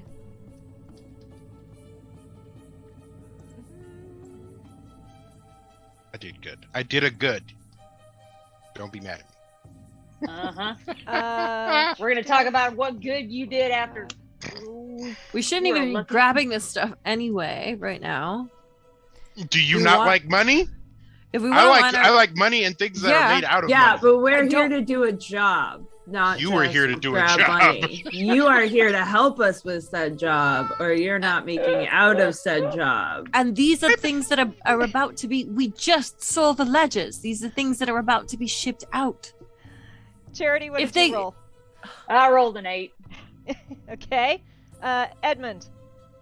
Edmund rolls a 9 plus 3, 12. Gayla. Gayla. Oh, I got a 14. 14. Layla. I got a 21. Oh wait, I forgot to add my plus. Technically, I would have had an 18. Sorry. Cool. So, Layla, you go first. This chest, you're seeing Yay. gold, silver, bronze, gold, and then this teeth and this tongue that's coming out and licking at the air and like almost reaching around. I roll my eyes at Edmund and pull out my crossbow and just try to hit the freaking thing. Roll to attack. I ain't playing with no mimics. 13, 5, 6, 7. So 18 to hit. Okay, that hits. You Thank shunk, and it goodness. thuds into it, and it So 5 points of damage. 5 points of damage. Anything else you're gonna do with your turn? I'm going to. No, I'm right in front of Charity, so no, I'm good. Rowan. Okay. The short swords are drawn. Can I do sneak attack on this? So, but you didn't have advantage. Rowan, you are the swashbuckler, so if you get within 5 feet of this thing and no one else is within 5 feet of you, you will get advantage, which will give you your sneak attack. Oh, okay. So, yeah, I guess I have to move, don't I, Yep. first? But you got lots of movement. I do. Okay. room So I isn't guess that I'm big. just. I mean, I only got the close range weapons. I'm assuming like over here. Yeah. I got my short 5, swords 10, out. 15. What's your movement? 35 or 40? Let's see. It is 30. So Can I walk that far? Or is that my only 5, move? 10, 15, 20, 25, 30. Yeah, you can get like right there. So yeah. Okay. So gonna- roll to hit. 12. Would I add something to that? Or is it just a 12? No, plus hit. Yeah. Where's that? So it is going to be your roll plus your proficiency, which is 12 plus I think your. Oh no, 2 hit plus 4. Sorry, plus 4. Okay. So 16. 16, that hits. Roll your damage, and then you get to roll. Is sneak attack at y'all's level? It's 2d6, right? I think. Features and traits. Yeah. At level I hit- 4, Yeah. I I did. think it's 2d6. Oh, I don't do a 20 at all then? No, you rolled your d20 to hit. You're now going to Okay. roll your damage, which with your short sword, it's going to be 1d6 plus 2. And then you also Okay. get 2d6s of sneak attack. So you need to roll me 3d6s. So 3 plus 2, so 5. 3 and a 1. 3, 1, 5. 9. So yeah, you carve into this thing with 1, but you realize as you do this, Oh no. you thunk, bring your sword down, and you go to pull it up. You go to pull it up, and it's stuck. Okay. So you can do an offhand attack if you want, or it's up to you. You do have a second attack, but your sword is stuck to this thing. Well, I do have my second short sword in my other hand. Yes. So I think I'm gonna be like, ew! And then I'm gonna try to hit it again. I'm into it. Do it. It's another d6, right? Or do I get Roll 20? a d20 to see if you hit. Okay. It's a 20. That is a nat 20. That is excellent. So Boom. you don't get sneak attack on this one, but roll your d6. Please don't do me icky. A 5! Okay, so here's my question, and we should decide this as a group. When you crit, do you want to do double the dice damage, or do you want to do double roll? So, like, if she rolled a 5, the damage would be 10, or she can roll 2d6s and take what that is. Anyone have I feel like preference? double damage is easier. Yeah. I'm Yeah, down with the that. less rolling I have to do, the better. Cool. So, you carve into this thing. Wah! You're like, let go of my sword! Wah! And you take a big chunk out of the corner of it, and it snarls and flails in pain, and the tongue is flicking around, Ugh. and your other sword is stuck to it. Well, And there's this if I'm allowed weird- to, I think I'm about to drop those and just be like, ew. Yep, you absolutely can. It's there's this weird sticky green mucus that's just covering, like, coming out of it and sticking around these swords. Yikes. That's your bonus action, your action, bonus action, and your movement. Which, and screaming is always a free action, so you did that, and we're on to Gala. All right. Kicking myself for not having seen this sooner because I have an eye for detail. Actually, no. Can I use my bonus action to make a perception check to spot anything hidden in the room around this, like, while the fight's happening? Give me a perception check. If you want to Cool. do, like, a really good check, it's probably going to take your turn. Or you can do No, that. I'd like to use my bonus action to do that. Okay. It's as a Yeah. I have the type of rogue I am gives me that eye for detail option. Perfect. And are you scanning the whole room, or are you focusing around where the fight's happening? Just so I'm clear. I'm focusing around the enemy, the mimic right now, to see if there's like any traps or anything else Perfect. around it to look out for. Perfect. Thank you. Just making sure I had the. Absolutely. Yeah, so it says a perception check to spot a hidden creature or option or object, or investigation check to uncover or decipher clues. So I'm Okay. using the perception check now. Perfect. And that's 8 + 5 to 13. 13. Right? You get a whole look around this whole area here, and even like back in here in this corner, like you don't see anything from kind of here, nothing unnerving in this whole area here. Okay, So cool. you're good there.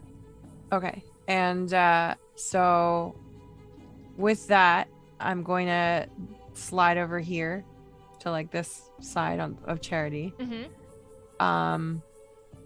And try and take a shot with my short bow. Awesome. And I would like just to know I don't get sneak attack for this, right? You have an ally engaged, so I think So you absolutely do. Yeah.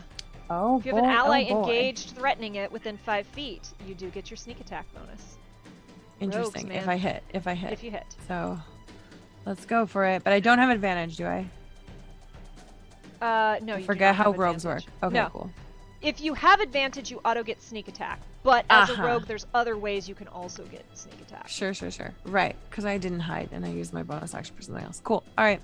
But I mean, it's a rolling. good use. I appreciate it. Ooh, that is a 4. That is an 8 total. You Mhm. draw back and it just barely misses Rowan's hair. No, sorry. Not my strong suit. Sticks in the arrow, or sticks in the wall just past her. So now your swords are covered in goo, stuck to a mimic, and there's an arrow that just messed up your hair. It's a bad day to be Rowan. And if that's it, it's gonna be the mimic's turn. So, what are we gonna do here? The mimic is going to flip this long, green, slimy tongue around and slap it at you, Rowan. Ooh, for a 19 plus 4, I assume that hits. Oof. Oof. Ooh, So, that was a heavy hitting tongue. well, that was no, that was 2 hit. That was for the armor class. Okay, It's jeez. this I did tongue get close.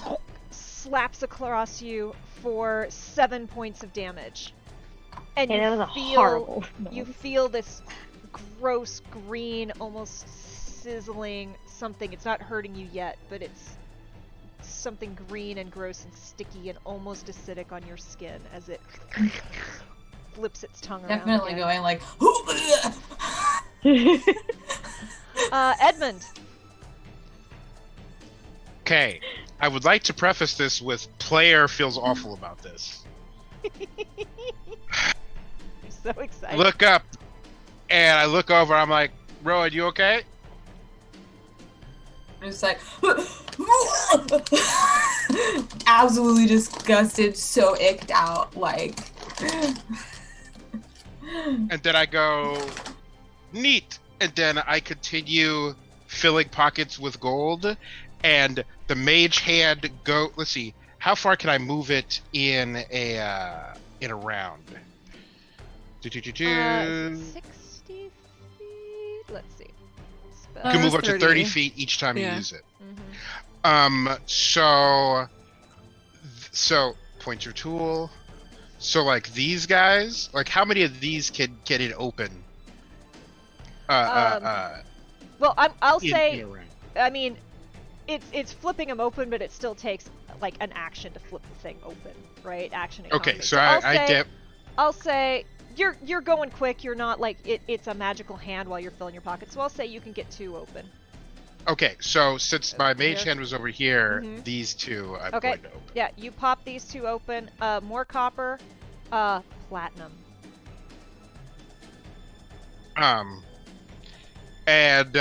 So those get open. So I still have a bonus action. I still have movement. The second chest was going to be your bonus action if you want to do 2. Okay. Then I'll just leave it at 1. Okay. And I don't even So look this- over there. I'm just like face down, like filling pockets with gold like a jerk. You mother clucker. We just need his blood. That's it. Just the blood. Charity. Ah. Oh, I'm watching. It's your turn. All right. Beyond the fact that Charity is watching this display and there is visible disgust,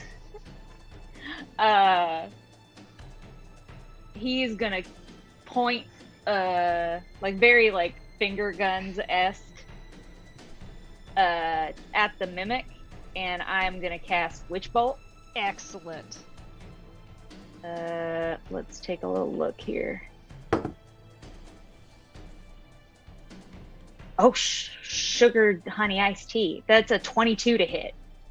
That'll hit. Yeah. Yeah. This, Was this- that? Did that that a nat include a 20? nat 20? Oh, no. That's I have a plus. I have a plus. Just, No, you know, plus 4 to hit? make sure Yeah. I know whenever you hit a nat 20 or a nat 1. Oh For yeah, reasons. no, this is definitely not a nat 20 Cool. thing. But Yeah, that hits. thank you. Roll your damage.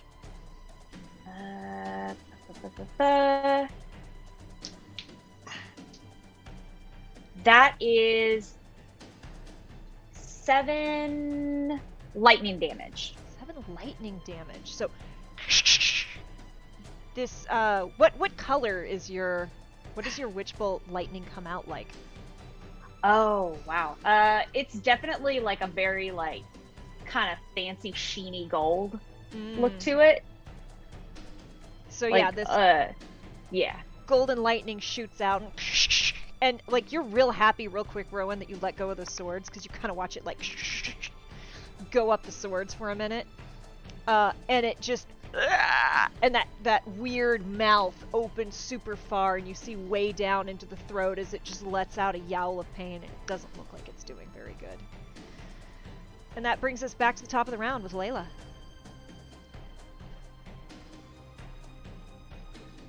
So Layla's gonna like step back here and take out her crossbow and shoot the mimic. But if she happens to also hit Edmund in the right arm or something, she's not gonna be upset about it. Fair. So okay, so let's do it this way. We're gonna say there's a trick shot element to this. So roll me a d20 to hit, but then also we're gonna have a really high DC just to see if you can also graze Edmund along the way. Okay. Nah, I got just 6 to hit, so no. Okay, roll me the other one just in case. Okay. My AC is 13. Well, this is kind of a called shot thing. She's not really. Yeah, I got a nat 1. Yeah. No, you shoot off again. You manage to not skim your crossbow bolt just off of Edmund, but you skim it just off of Rowan. Like Rowan's getting beat up. What so happened? sorry. no Just damage. There's a little nick in your arm of your clothing, and another bolt I'm like stuck at the wall next to you. I am like sticky. I lost my tooth out of 3 short swords, and I just got grazed. I have nothing in my pockets. They're empty. That's the worst part. You're like, not only am I about to die, but my pockets are empty. Right? I'm turning to Gala right now, and I'm just like, you said that if I joined the guild, I would get better at this. But I have no money. I'm sticky. It burns. Kayla's like, we'll talk about this once this thing is dead, please. Can we kill this? Is that it for you then? Oh, is it my turn? Layla. No, I was just checking that Layla's done, and now yes, it is your turn, Rowan. 'Cause Rowan's having a bad day. Okay, so here's because I don't know anything. All I've surmised is that apparently sticks and stones don't work on this, and I don't really use magic. And I'm very... Oh, for what it's worth, sticks and stones definitely do work. They just stick like glue. You definitely heard it with your swords, but the swords just stuck to it. And you do have daggers. I have another sword, though. Remember, I have 3 short swords. You do have 3 short swords, so... You know, she wouldn't have learned her lesson. She would just be mad. So we're gonna pull out the 3rd short sword, and just, Oh, wait, can I do that thing where if I hit you, you can't hit me back? Oh, yeah, yeah. That's part of your swashbuckler skill. Hit and disengage. No. Yeah, alright. Do I just say that I do it? Yeah, well, so first you have to roll to hit to see if you hit. And you do have 2 weapon fighting still, and you have daggers. So you can do 1 hit with a short sword and then 1 hit with a dagger, and then get away if you want. Because that's a feature of your class. Yeah, I think she would just be like, ah! And then throwing everything at it. Okay. Which stat do I add with what I roll for this, or is it is it proficiency? It's gonna be your 2 hit, which if you look, it's your hit DC is +4. Where is that? So you on see, my- if you see short sword, and then it says, next to that it says reach, and then it says hit/DC +4, and then it says your damage. So 1 Okay. d6 +2. I can't. I'm having a hard time finding that myself, so I'm just gonna No trust worries. you on that. But I rolled a 15, so it'd be plus 15, 4, right? 19 absolutely hits. I hit. Great. And then do I do 3 of these 6s again? Yes, because of your thing, you get to do 3d6s and add 2 to whatever that is. Okay. So we got a I 3. am not in a good position to send you a screenshot, so I'm just going to do a copy paste and see how that. Oh, that didn't format at all. Sorry. We did a 3, a 1, and a 2, so it'd be +2 is going to be 8? 8. So yeah, you bring down your sword, and again, this thing just lets out, and it starts like gnashing its mouth together. You deal it 8 points of damage. It looks really hurt, and your sword sticks to it. And then I go, and I swagger away. Yeah. So you smack it, and you hit it so hard it doesn't, like, it can't take a reaction against you. You start backing away. Where do you back away to? How far back can I back away? You've got 30 feet of movement. So each of these squares is 5 feet. I'm gonna back around, and then halfway, I'm gonna stop and just tower over Edmund as I finish stalking towards him. So I'm doing a really big hover at the moment. So, a reminder: you are a rogue. You have daggers. You can throw a dagger if you desire as a bonus action. I don't know if throwing a dagger would be what I would do in this That's moment. totally fine. I just want to make sure you know your options. There's something I would do, but I don't know if I can expend the opportunity to cast Necrotic Shout and scare the shit out of them. You can do some friendly fire if you want. Are you gonna pop out the wings? Yeah. All right. So, what does it look like when your necrotic shroud comes out as you loom over Edmund? I think it's like an auditory experience, so there's like a lot of bone cracking sounds, and they go like super straight up, and then like fan out. So I've made like a little, bat cave per se around us for the moment. So, I assume you're targeting Edmund and the Mimic? Oh, can I reach the Mimic from there? I think you can. Let me double check. The range. Can I reach 30 feet? Within 10 feet. Okay, so... Yeah, it's just Edmund. I'm just pissed right now. Edmund, make a This isn't charisma about saving the throw. Mimic. Let's see. D20. Roll. That's not good. Saving throw 6 + 5 is 11. Rowan is the most... Before that happens, I just want to lean in and just be like, I'd appreciate a little more courtesy next time. And Rowan is suddenly the most terrified thing you've ever seen. You were frightened of Rowan for 1 minute. Okay. Yeah, piss your pants. Thanks. That sure is one way to solve things. Mm-hmm. All right. That is Gala. My turn? Mhm. Okay. Thing's still up, right? Yep. It's not looking good, but okay. it's still up. I would like to use my cunning action to hide, 'Kay. using these chests as cover. Perfect. Roll me a stealth check. Yeah.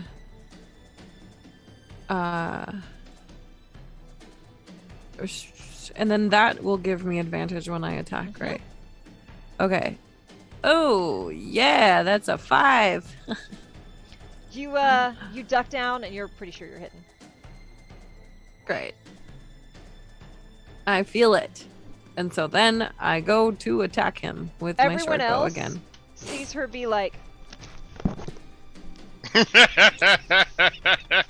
Right. I like look around and I like move one like burlap sack from one chest to another, and I think that that's made all the difference. You do like the cat thing of like, can't see me.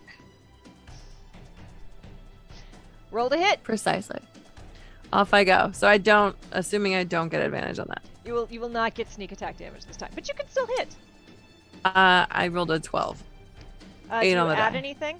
Okay. 12 is exactly what you need. So roll your damage. It But beats it. you do not get the extra dice, unfortunately. Right. That is okay.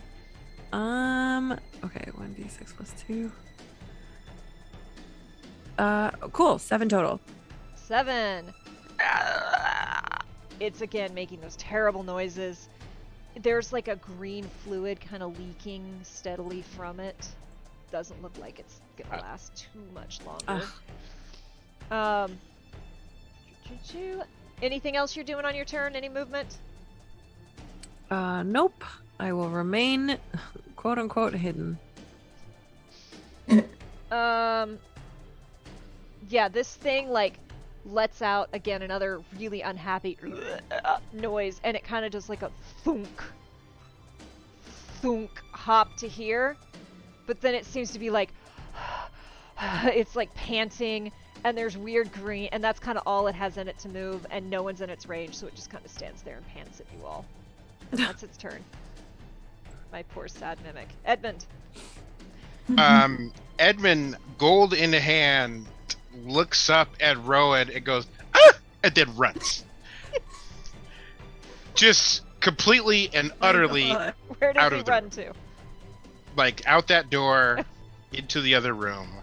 And then from the other room you hear, I asked if you were good.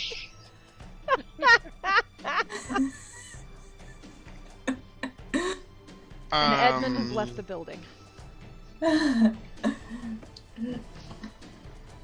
And while I'm in there, I also turn off the light spell on my head.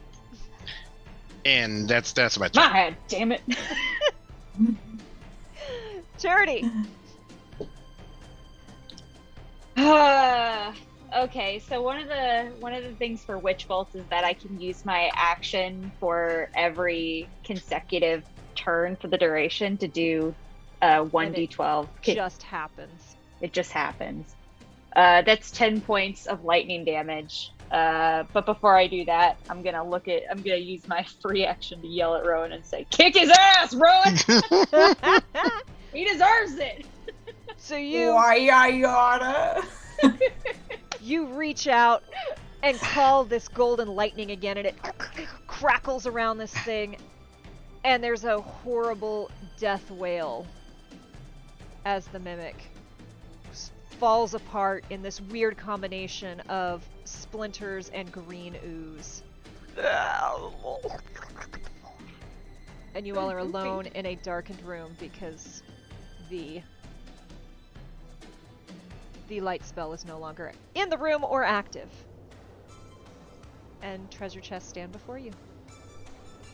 Is my stuff still stuck to anything, like a corpse? Oh, there's still like a sticky green goop to it, but you can probably wash that. There's just 3 swords scattered across the floor.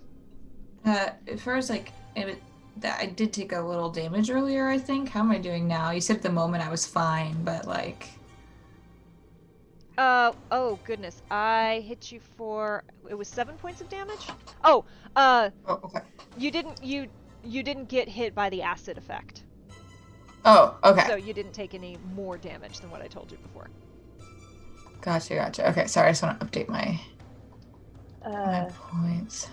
I'll lean over to Rowan, and I have an extra short sword, and I will give that to Rowan and say, if you want one that's not covered in shit, you're free to use this one.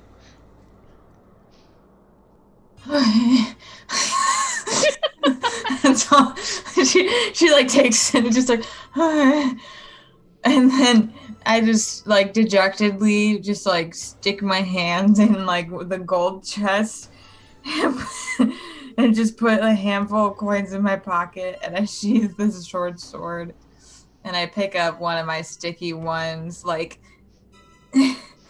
I sheath that, and I leave the other two, and I'm just like, I can't. There is some very nice like silk cloth in the corner you can use to wipe it off with if you so desire. Yeah, Thank you I'm gonna for wipe that. it off with it, and then I'm gonna inspect the silk cloth and just be like, oh, it's kind of nice though.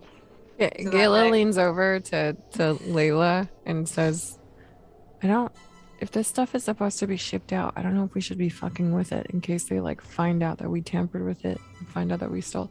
Like, we don't want people to know that we were here. So like maybe we should just steal the stuff that we need to steal. Good idea. So then I pick up the cloth that my short sword just got wiped on, and I drag it across the room, and I kind of just like drop it and then move my foot around the body of the mimic so it looks like the mimic did it.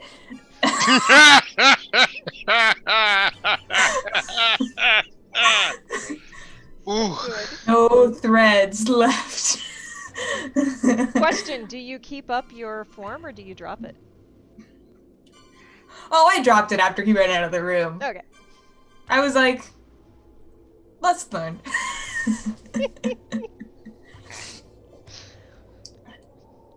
All right. Cool.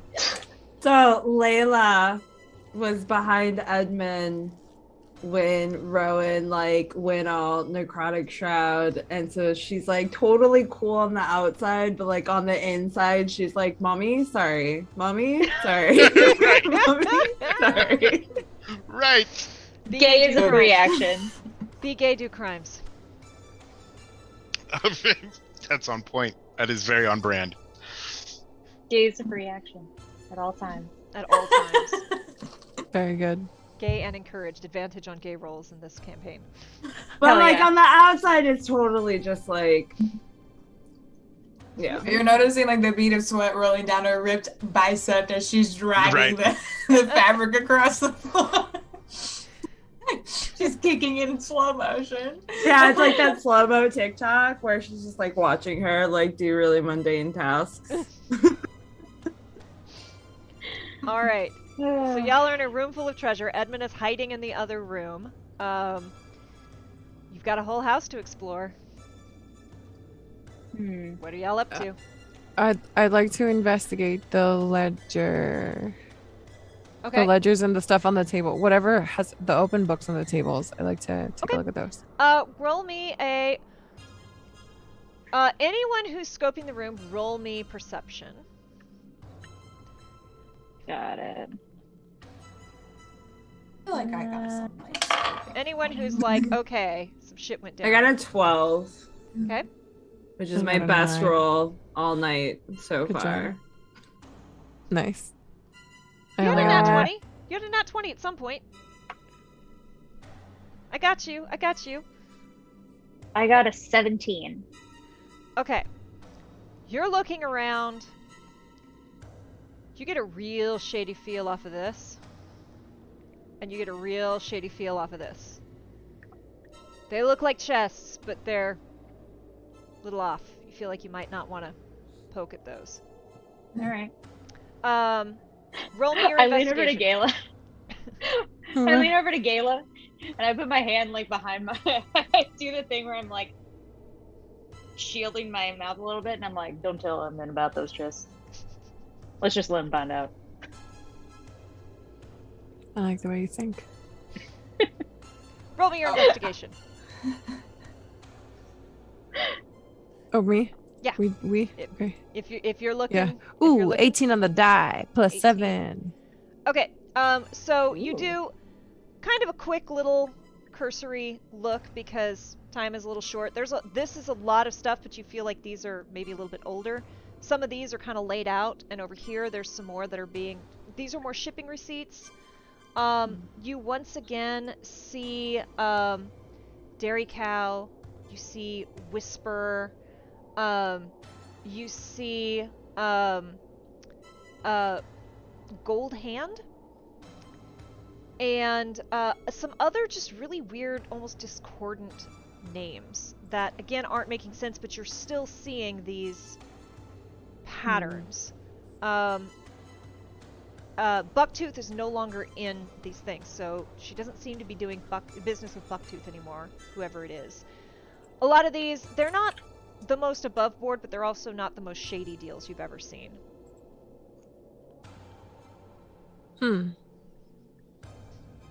Whatever this is, they wanted to keep it a secret that they were transporting it.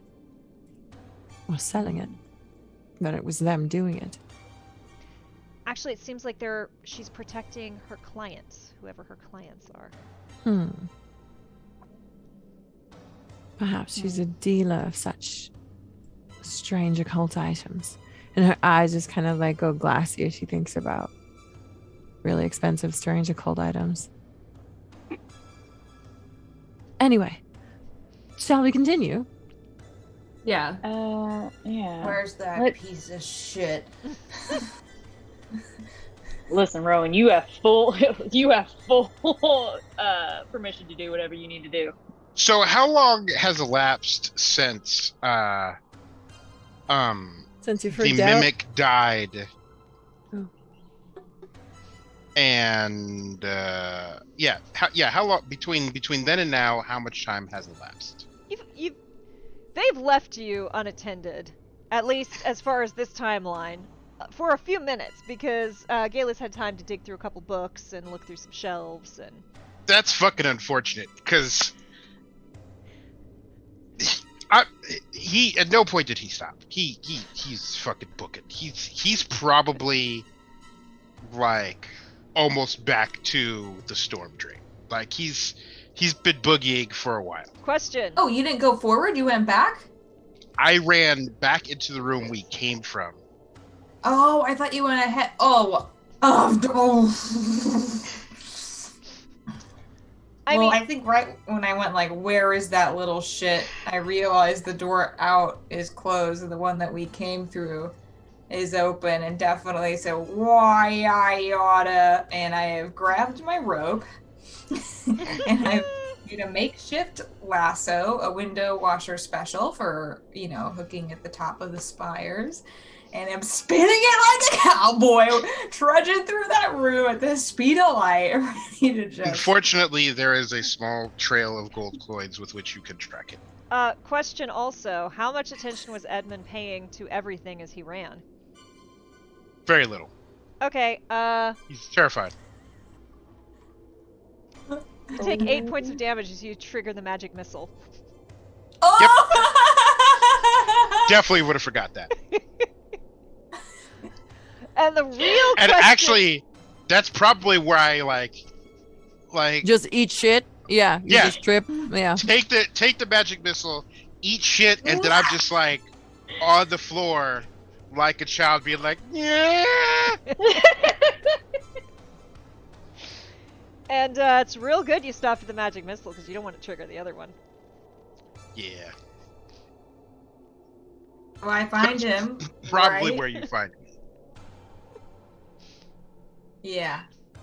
Yeah, you're a child on a leash now. I'm gonna do a nice little X across your shoulders and not in the center of your chest, throwing it over my shoulder after winding it around my elbow.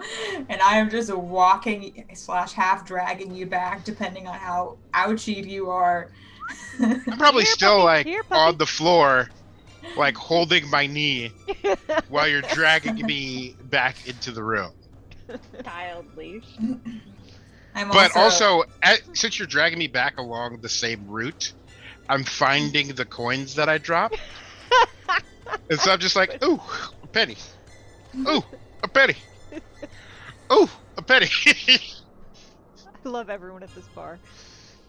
Alright, so that fuckery aside, you all reconvene. And you go through the door? Do you check it for traps? Do you throw it open? Do you... I check it for traps. Roll me investigation. Okay. Can I do one last look around the room? I can roll 2 investigations if you're down for one last look around the room. Looking around the room would be perception, and what are you looking for? Gotcha. No Let worries. me do the investigation. I'm the first. DM, that's what I'm here to do. Investigation, that is a 14? 14. You check around, relatively certain this is not trapped. You test the knob, it's not locked. Seem good. Okay. Gayla kind of steps closer and says, "Good eye, let me." And she opens the door, and I would like to use perception in the room in front of us. Kind of open it slightly, and then just kind of give it a good clean scan to spot for anything hidden. You open the door to the room in front of you, and there's like 5 feet and then a staircase that goes very sharply up with a trapdoor above it. Cool. So, but from the doorway, can I spot any contraptions or hidden objects or things? Did you this? Tell me your perception? I didn't roll it yet. Okay. Cool. I was worried I had somehow missed it. Nope. Let's see. Perception. That is a 14. It looks like a very simple thing. You don't see anything hidden. You don't see anything tricksy, magic-y, anything like that. Cool. I look back to Charity and say we're clear. And All right. Start stalking up. All right. So you step out of this little space as I scan through. I have too many maps for this session. And you step into this large room. You come out here where this trapdoor is. You see you're in a wood-paneled room. I should read my notes instead of just like going off my... the stairway leads to a trapdoor which swings open into the shill's signature... into the office. The shill's signature little globes of light come to light as Edmund steps inside. This is an incredibly huge, lavish office room, and you've come up the curved back wall. You climb up to find a trapdoor, and you climb out of the trapdoor and find yourself looking at a large brass column which rises to the ceiling. There are constellations spiraling up it. It's beautifully carved, and they almost seem to twinkle with a magical light. At its base, you see 4 large dog beds strewn about the floor, and 1 large, well-worn armchair which faces the pillar. A few large dog bones are scattered across the room, as well as 1 rather torn-up, leather-wrapped ball. This room has 20-foot ceilings, and the entire thing is made of polished wood. Bookshelves and cupboards line one wall, and a large table covered in papers, books, and receipts sits in the middle of the room. The front of the room is dominated by a huge wooden desk, more books, and a beautiful brass stand which holds a globe of the planet sits on the desk. It is dark, and the windows are drawn. The window shades are drawn. Do the orbs that blink on as Edmund arrives, does that give us enough visibility for everyone to see? Mm-hmm. Cool. And You there get are the no feeling dogs that present, right? Right. The shill doesn't have dark vision, so you feel like she needs these orbs to see. Right.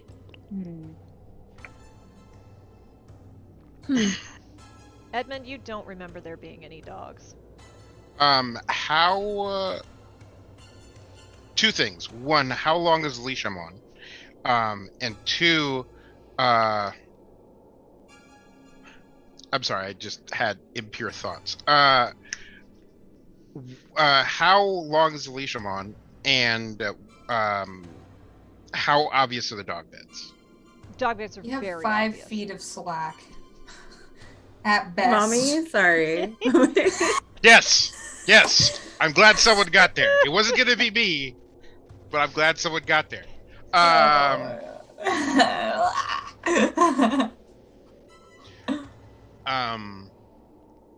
no. Oh, Oh no. we lost somebody. Someone. Choo-choo. Oh, Hopefully she'll be back. Oh no.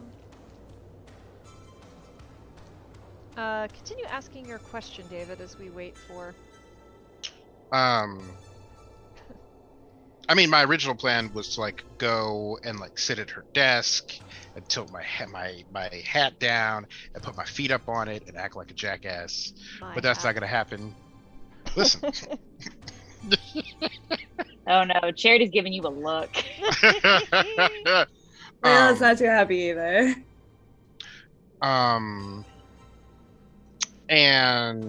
hold on, let me look at my spells. And I immediately like go behind Rowan and goes, "Those dog beds are new. Please protect me. The dog beds are new." And then and I turn and see the globe, and then I do something I've always wanted to do, despite being in this room at several times, is I cast Mage Hand and I slap it so it spins.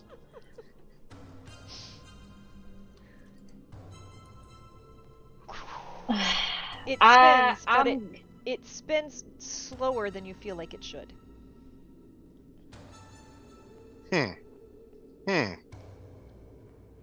I'm gonna try and walk over to it until I get to the end of my leash, and then like stop and like pout. I'm not even gonna turn around. I'm just gonna like pout, just like a defeated cat on its first walk. Just like.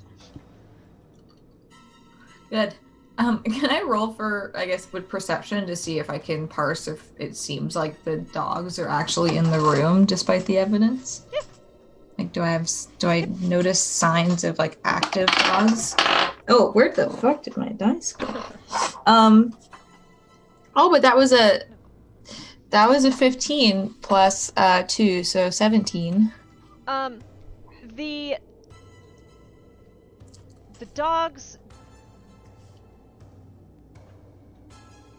There's nothing. Okay, so there's just the smell of dog here. There's definitely been dogs in this room. There's Okay, fur not on the there now. ground. Like, none of the toys have like fresh saliva on them. There's not enough places when you look around for them to be just completely missing, or for them to be hiding under. You don't think that there are dogs here. What you do get? Let me see what you do get. I really hope Nicole gets back. They just Oh. DM'd you. Jet Set, yes. Not Nicole. I was looking at the wrong thing.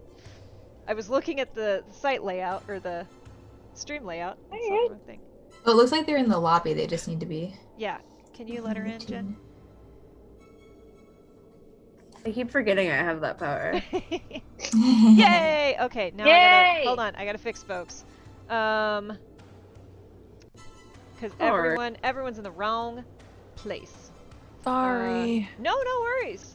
Welcome back. Thank you. My computer disconnected randomly.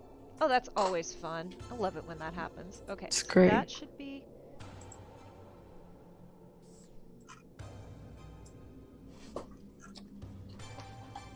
Okay, that's correct. That's correct. Gotta switch you two, I think. Nope. Nope, not quite. Still not. I thought I had this set up in a way that was logical, and I clearly do not. Try that. Sometimes it bees that way. I am Rowan now. Right. Why can't I get you to be Charity? Oh, think that was it. Okay. Respectable. Okay. Then. Okay. Nope. Now. Nope. Stay. Okay. We're saved. Woo! That was Nice. an adventure. Well done. Whew. Okay, I can close that. Here we go.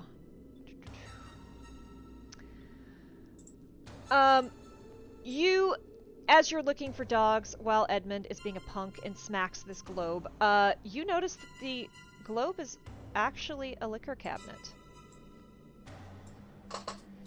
And opening it up, you find 1 bottle of fine whiskey, 2 bottles of wine, one of which is elvish, and a strange, shiny, ornate little tiny bottle with shimmery red liquid inside.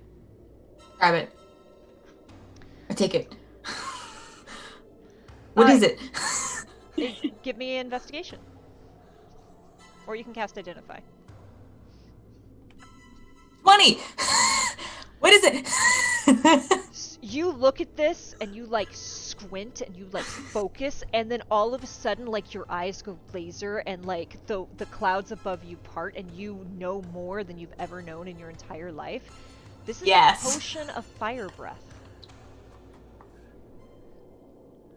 Oh yeah, I'm palming that bad boy.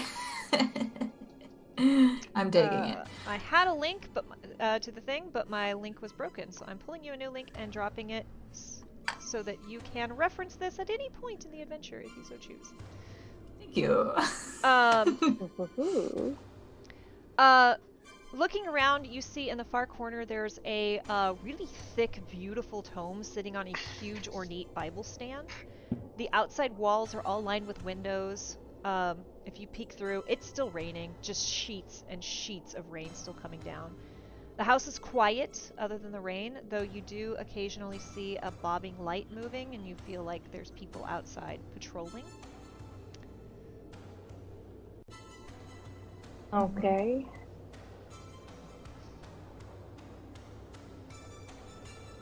Can I take a look at that desk? Give me an investigation on the desk. Let's take a little look-see. Investigation +3. That's a 16. Okay. You find more paper, more parchments. This is where she does her business. You see more mentions of Whisper. Now you're seeing Flapjack and Overbite as code names that are being used. You don't find any, you search real good, you don't find any hidden compartments, but you find some quills, an empty journal, and a farmer's almanac. Can I pop that farmer's almanac open? Pop it open. I want to see if I can find any mentions of our little keywords here. You start flipping through, based off that roll, you figure out pretty quick it's a farmer's almanac. She actually seems to be working with some farmers. Oh, okay. And you kind of wonder if maybe Dairy Cow was maybe a really not exciting code name for a farmer that she's doing trade with.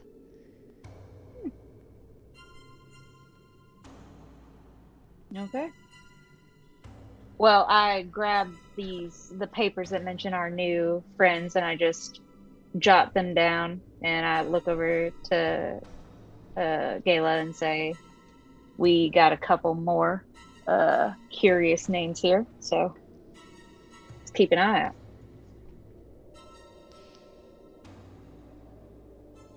Edmund, do you tell them where they are in the house, or are you waiting to be prodded? I'm still looking around for dogs. No dogs. Also, while everybody's like investigating things, I like look around and then use Mage Hand to like push something off of a table. Edmund Cat, confirmed. And then if no one reacts, then I push like another thing off of the table. I think I definitely noticed when you did the first thing. I was like, what the... I don't think you got two things in. I felt the tug on the rope and was like, what the... And then I look up at her, and then while I'm looking at her, I look up at Rowan, and while I'm looking, I'm just like Mage Hand, and then it like pushes another thing off. Well, you've lost 3 feet of slack. You are now basically tied to my belt, and I don't know what to do with it.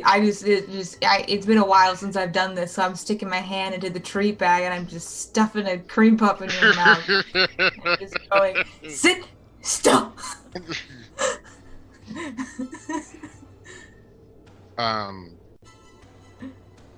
And then, and then I tell them, I'm like, yeah, so, this is Grandma's office.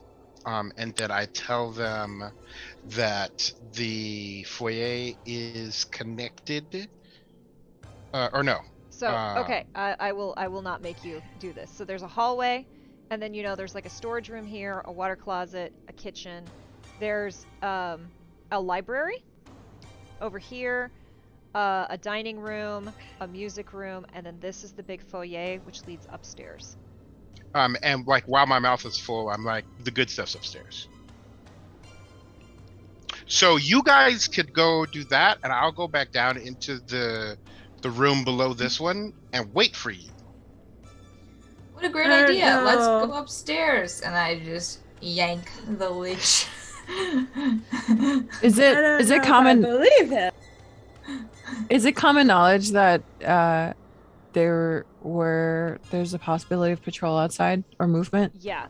You were all told that she likes her privacy, so there probably wouldn't be people inside, but you know that there are people on the ground. She does have security. She does have servants who live on the grounds, but she doesn't want them in her house. Hmm. Whenever Cool. possible. Good. All right. That's something I think Gayla would say like before we move, right? Be like, you're unlikely to find people here, but keep the sight lines low, because there's still grounds people patrolling. We can do that. Alright. Good. So do you all head to the door, which is over... Oops, I almost did a bad thing. Which is over here? Do we check it for Oh, yeah. traps? Do we just bust it open? What are we doing? I feel like she wouldn't have as many traps inside her house. But I'm just asking. Do you say that that's out not loud? a me. Yeah. Let me say that out loud. I guess it depends on how paranoid she is. I would like to.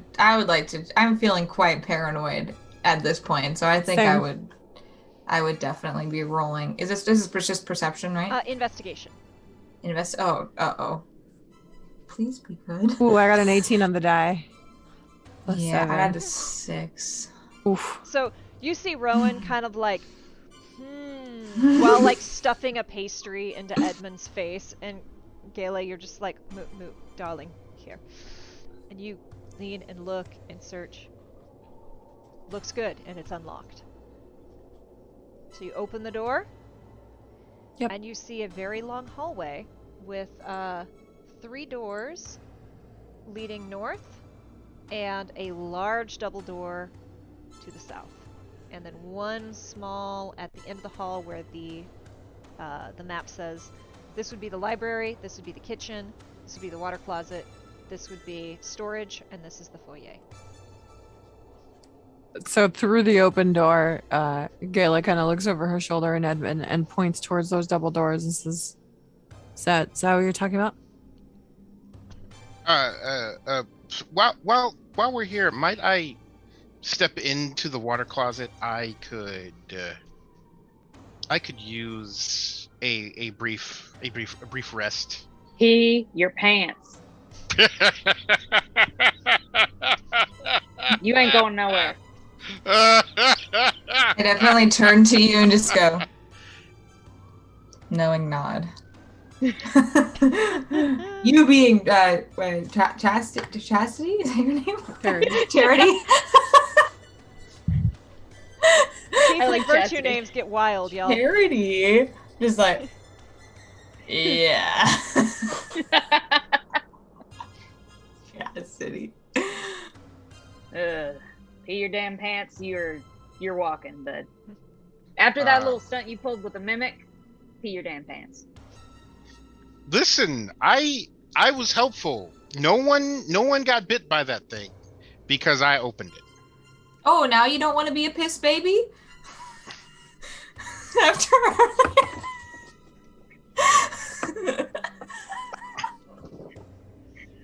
I'm pissed.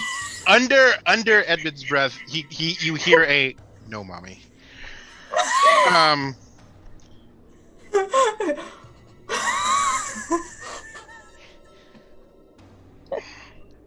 Great stream, y'all. Thanks for hanging out. All right. This is running real long. Do y'all march your happy asses into this foyer, or do you make a short stop? Yes, we do. we absolutely go in We're there. going. Yeah, we're going. Let's go. So you come through, you open the doors. I assume you peek in first. Yeah. Plush red carpet cushions the foyer, where you can see 2 sets of stairs coming down from the upstairs. You can see one great set of doors with circular windows. Just outside of those, you make out a person in the distance walking by the house with a large dog at their side. You see a small side table sitting by the door with a set of white gloves on it. The door, which I don't think the stream can quite see, but this... Oh, I'm doing the wrong tool. This door, which is the front door in the entrance. Set of white gloves on it. You see a painting of a human man hanging on the back wall. There's a door on each side of the room and stairs leading up. The music room is on the left, and the tea room is on the right. There is a huge golden statue of a dragon which clasps a large green gem in its claws, sitting in the middle of the room. And otherwise, all is dark. Empty banquet tables line the back walls. Is that the thing? Yeah, does that sound like our target? Roll me an investigation. All right.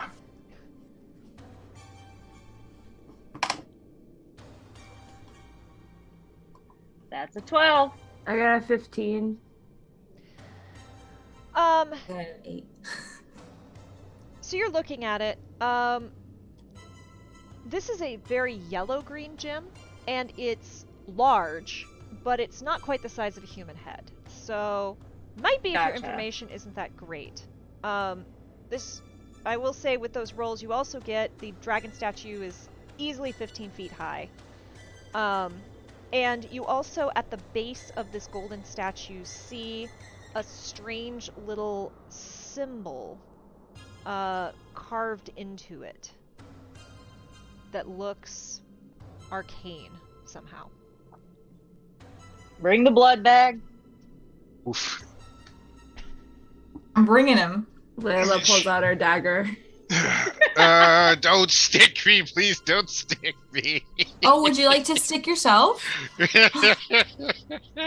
I flip my dagger the other way, holding my blade, and hand the hilt to him and say, would you like to do it yourself? Actually, yes. No, don't give him that knife. Hey. Aww. Let Don't Layla let the blood bag have a knife. For what it's worth, it does not look like the shill symbol, but it does look arcane. While you look at it, Edmund, just... Can I do a arcane check? Yeah. Okay. That's a no. That's a 4 + 2. It looks old. It's magic. He look like made out of magic. Yeah. So do I officially get a knife or no? Yeah, I gave him my dagger. Okay. And then I poke myself on top of the hand, so like I could get just like a little drop of blood, and then try to pocket the dagger, and then wipe the back of my hand on the thing. Roll a sleight of hand. Do I see him try to pocket the dagger? That's what we're gonna. That's Okay. what we're gonna find out. 7 on the die I'm plus watching 5, it. 12. I have a 17. I have a 15 passive perception. Yeah, So that's a no. Gala sees this plain as day. Like, you turned away to try to hide it from Rowan, but you're facing directly at Gala as you're like, And just like, oh, Watch And then, you like- doing. I listen. It's dangerous in here. I might need this. Ah, maybe you should go in there then. And she points into the hallway and like kind of tries to shove him into the space as we all kind of walk in. She's trying to see if any lights trigger or anything before the rest of the party goes in there. Pretty much, she's like trying to. so See you if he all triggers you any- all left the hall, and your next trip is probably going to be up the stairs unless you want to examine any of these other rooms. Yeah, he was trying to do something by the statue, right? Yeah, so he put there was a symbol at the foot of this statue. Yeah, I got the blood on it. So yeah, nothing happened with the blood. Cool. So Can I'm I trying have to the go ahead. dagger, please? Yes, take it from him before he hurts himself further. Thanks. Fine. And then I like hand Hey, it why do over. you want it? To give back to you. Oh, nice. That's so perfectly in character. And But, she just like very sweetly hands it back to Rowan. It's like, thanks. Does Try any not to give the blood bag any more weapons, though. Just in case. Yeah. Yeah. I mean, it's fine. He did okay. It's not fine. Was it? Not even worried about our lives. It's just you're an imbecile. I am very worried about you, which is why I asked after Rowan to see if Rowan was okay. I am innocent. I'm glad for you. Could you walk around the perimeter of this room, please? I'd like to see if any traps are activated. And Thank then you. I walk away and get 2 feet, and then the leash like stops me, and then again, Cat on his first walk, just like. Did you say there's a tea room upstairs? There's a tea room over here. I'm deeply interested in this. I'm Just like- also going to point out that this has gone very long.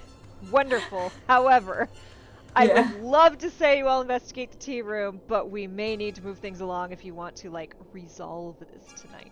Yeah. We should. Okay. What? Yeah, let's do it. Apparently, there are things That's what I was upstairs. trying to do, but I guess it's not the tea room. No, I will give you a DM shove up the stairs if you all are. Yeah, let's do it. Fantastic. We're going up the stairs. So, yes. I Edmund apologize. first because he volunteered. What a lovely person. So good of you to volunteer to open the door for us. Thank you. So you all come up. Do you go through the left stairs or the right stairs? Left stairs. Left stairs. So you all come up to right here. These little gray squares here are staircases. This goes to a large outdoor balcony. This is your old room, Edmund. Mhm. This is a guest room, an empty guest room. This is a large kind of upstairs banquet area. These are stairs which go up to a third flight which hosts nothing except for the shill's bedroom. And Edmund, you were threatened Yep. Nope. Not going up there. very Nope. intensely, even when you were Yeah. a guest in her house, of what would happen if you ever went up into her bedroom. The last thing I need to know is what is in the drawer next to her bedside table. We're moving on. Let's go to the bedroom and open the door. And you also know that I this is the also wanna know. hallway that leads to the magic vault. So Magic. Oh, What? oh no, Magic- we should go Magic there. vault. Yes, absolutely. Well, Let's go for the thing we need to get first. I- Let's make sure it's where it is. absolutely, yes. You Get are in right. Let's do that. I have no interest in the old Crone's broom. I do. So we'll go there after the vault. And you. So will are be you leading guys- the way. Still pushing me out front. Yeah, you're going first. Oh yeah. Okay. all right. Then we move into the hall. Yep. Okay. Zip, zap, zop. Let me zoom this in for our viewing audience, even though there's. Oops. This is gonna be fun to keep track of which screen I need to move around and zoom in on. Here we go. I think that's gonna work. Okay, you enter this space. Upstairs, you find another large foyer and open space. The front, 30, we don't care about that. I did that off the cuff. You step into the hallway. There are no doors to the hallway, just an open space, and it takes a sharp turn to the right almost immediately. A long red carpet runs it. The hall is dark until Edmund approaches, when 2 wall sconces flare to light on either side with a dim glow. Edmund, you know this space. This is where the twin shields hang. Mhm. Except the sconces And I are turn- hanging where the shields I- used to. Oof. And then I turn to them and I go, you sure someone else wouldn't want to go first? Now you're good. Aye. Let's go. Let's party. Why? So- Tell us why. Tell us why. So, Oh, so, I mean, it's not that important. It's fine. I'd like to roll for Sounds intimidation. important. I would really like to know why he's pissing his pants again. I have rolled a 19 plus 7. Yes, Rowan, do the thing that you need to do to get the information out of him. Intimate plus 5. Yeah, so at 24. I'm just gonna be like, lean in real close, tilt his chin up, and just say, "Do tell."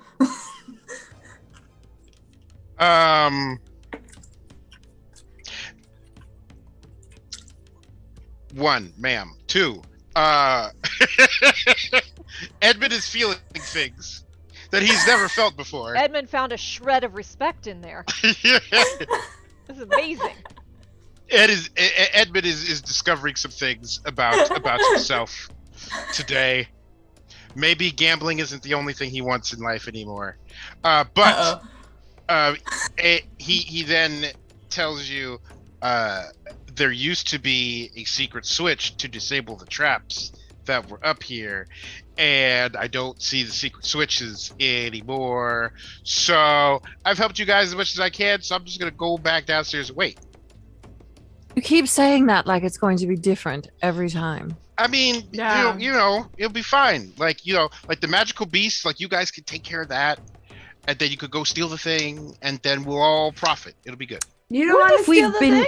I wonder if we've been too lenient with you. I wonder if Rowan has taken a liking. Rowan, have you taken a liking to him? He talks way too much for someone who is imprisoned by us. Mommy?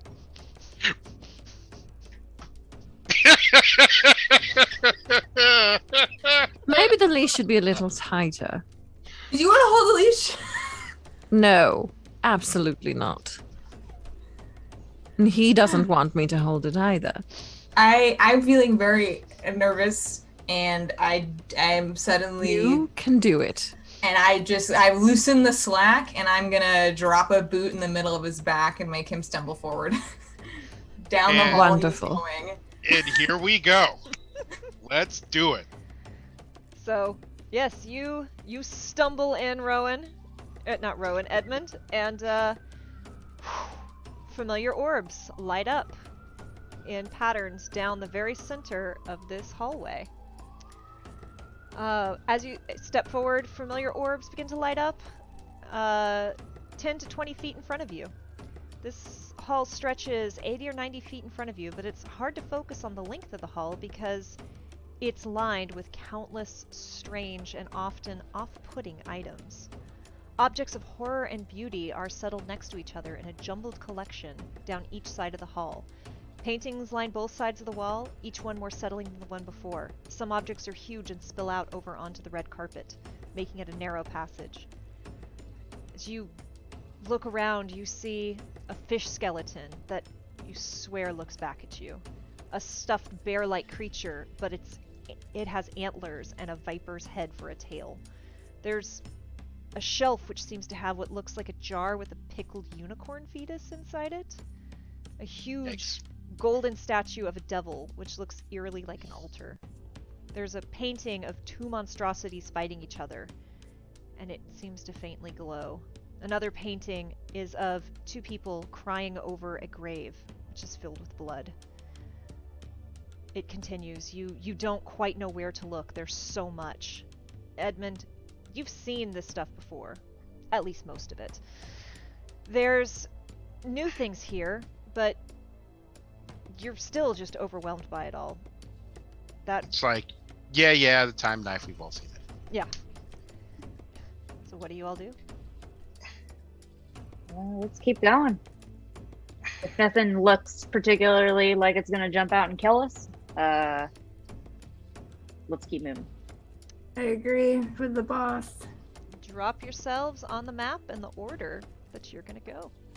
Unfortunately, we know what the order is going to be. I think I'm actually hanging back a little bit further than you, Edmund, at this point. I think I was a little stunned by the previous question, and I'm evaluating some choices. So there's a little more slack on your rope at the moment.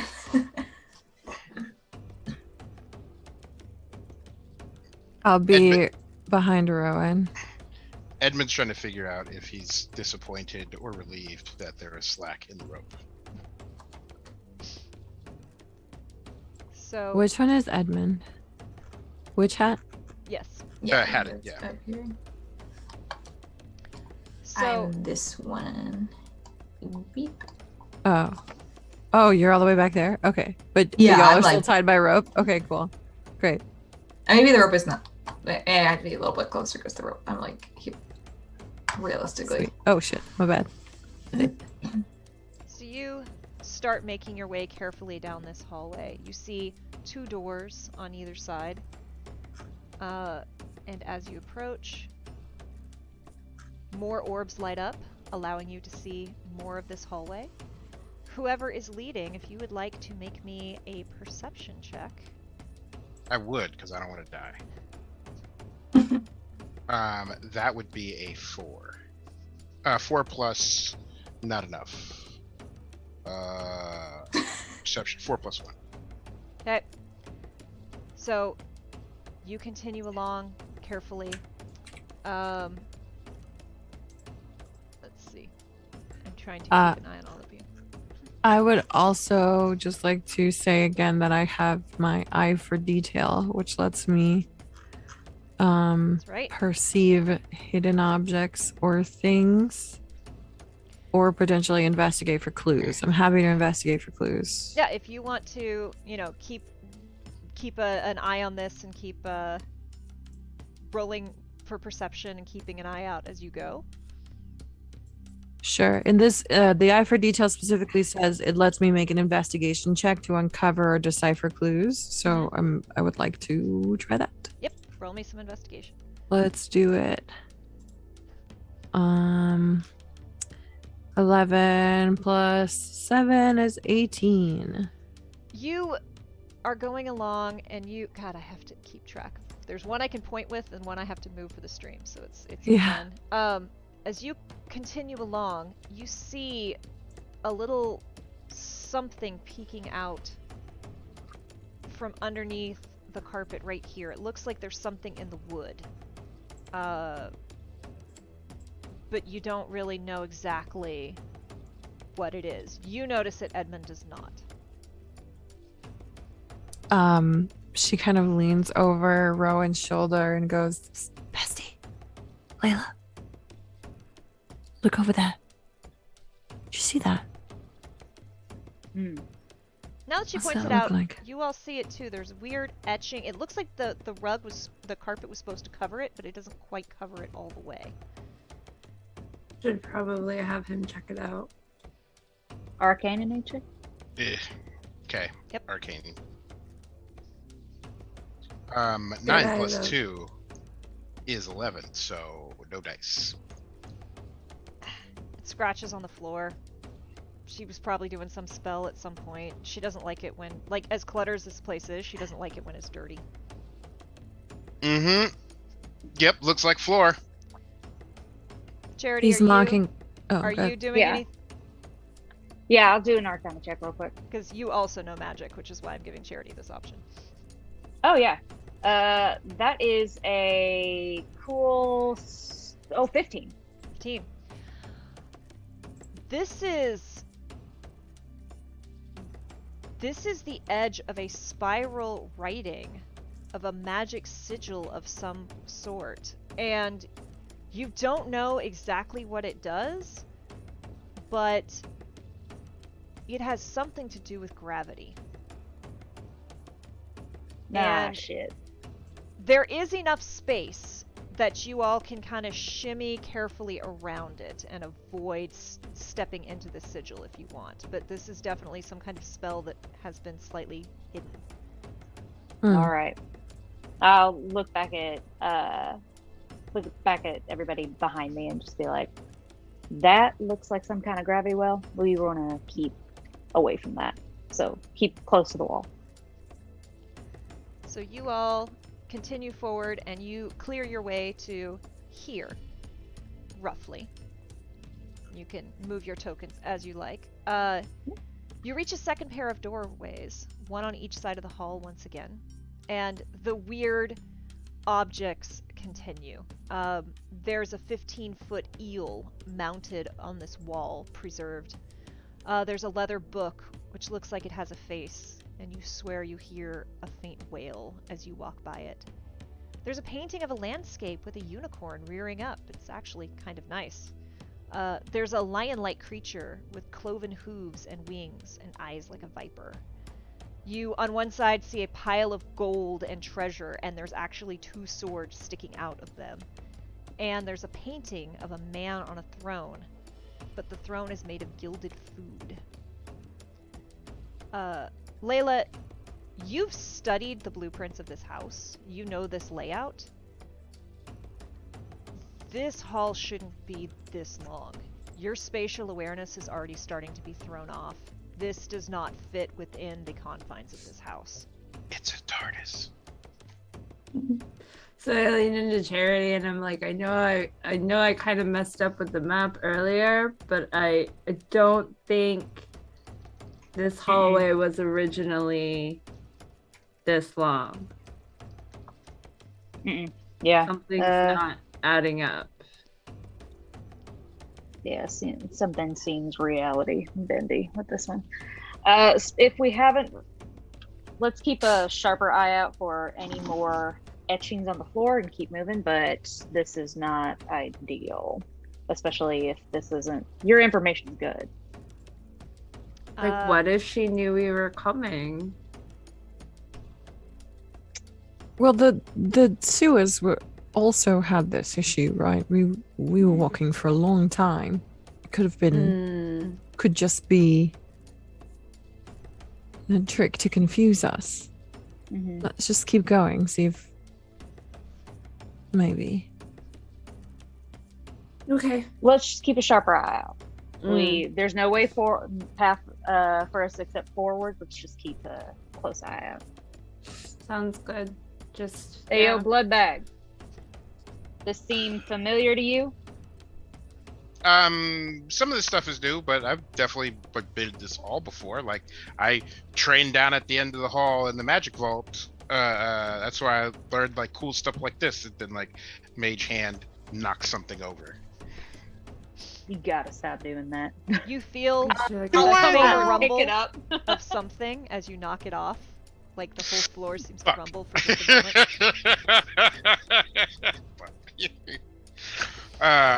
What did you do? Nothing. There was an earthquake. It shaked it, and then the thing fell over. It was no. I pick it up and put it back. If you all press on, give me perception checks. Anyone who's keeping an eye out? Oh my god. That's another 7 plus 1 is 8. 12. 3 plus 2 is 5. Gayla, what did you get? I got a 7 plus 5. 12. Okay. Yeah, That's a not natural 20. that's very far from that. So you all press on carefully. And as you continue, which screen am I on? The hall continues to open up for you. Sorry, I am adjusting. You do see the door at the end, and there's kind of a sense of relief to that, right? That like finally, okay, it doesn't just go on forever. And as you all are looking at that, is that where y'all are? I think we're Probably yeah, we should be further closer, along. right? Or more, I more care about your order. Oh yeah, that's The order Obviously. would be correct. Yeah. Yeah, that's the order. Whoa! Sorry, I got really big for a second. Yeah, no, unfortunately, I am leading the way.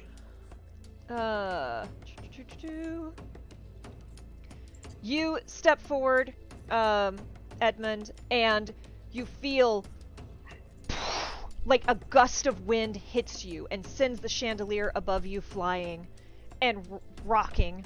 And these blood red crystals in the chandelier catch the light, and you freeze for a moment.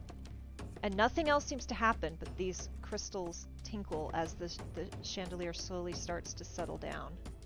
What do you all do?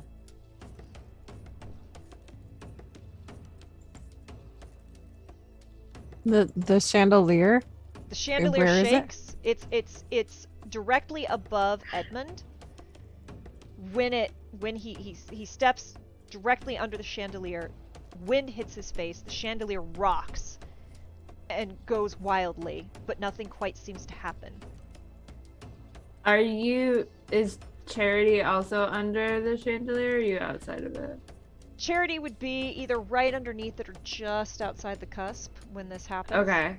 Layla's gonna pull Charity outside of the cusp when it happens, just as like Oh. a reaction. Because that's her job, is to make sure the boss is okay. So she's gonna. Chink, chink, chink. Question. I know that Edmund has run into the chandelier before, but how clearly do I remember it? You've seen the chandelier. You've never had this happen. The chandelier's been here a long time. You've never had a gust of wind hit your face as you're going down this hall. Can I do an Arcana check? Well, you go to do an Arcana check when suddenly, chunk, a little red crystal falls and taps you, the very center of your head, and Edmund vanishes. So does the rope just drop? Mm-hmm. Freedom! I told you we just needed his blood. Edmund, you shout freedom, and you all hear a small voice from this room. Muffled, but there. From Wait, can you which ping room? again one more? This room. Should we just Oh make my a run God. for that room? I mean, like, Yeah, how much let's just time do go. we have while she's Yeah. at the gala? You've gotten past this chandelier. This is where this all happened. Oh, Okay. Oh, okay. Yeah. I'm just gonna Yeah. run up and try to rip that door open. I'm just like, Go after for after all this, Yeah. go for it. Mhm. You run up, you Oh, rip yeah. this door open. Edmund, you're standing like right here. Mhm. And it's pitch black in here. You can see nothing, right? So you're just Well- kind of like, oh, I'm free. Light hat. Boom. Light hat, and right as you do that, rising out of what looks like it should be a fountain is what looks like a water weird, only it is red and smells metallic. And a blood weird rises from the ground, or rises from the water and looms over you. That's gonna be a no for me. And I'm gonna though. need y'all all to roll initiative. Dang. Okay. Now wait a Snap. second. I got a nat 20. If he's in the room by himself. Right, but Yeah, there's yup. still I still gotta figure out Do who we need wait. his blood still? Shit, we probably do. Oh, wait. Give me a perception check. Can I just blood put it? needing? Sorry. Yeah, give me a perception check.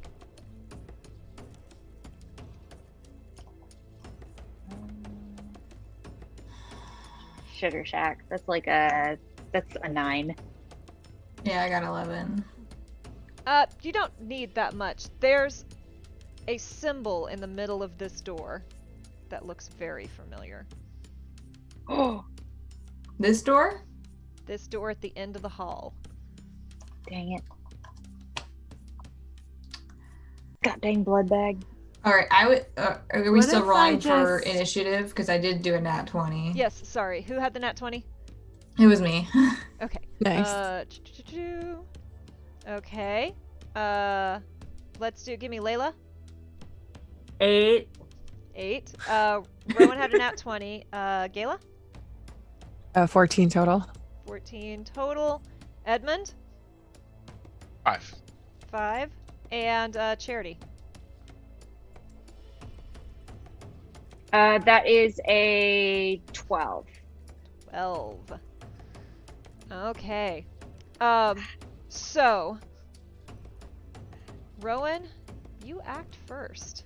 You're I'm gonna try to lasso him. And just well, straight up. So you're Can still let's see. Because I'm in the door frame. Okay, yeah. Move your token here if you would be so kind. Oh, okay, yes. Sorry, catching up. Yeah, if you all would. Yeah, I know it's kind of a pain. This map's a little bit long, y'all. Don't know if you noticed.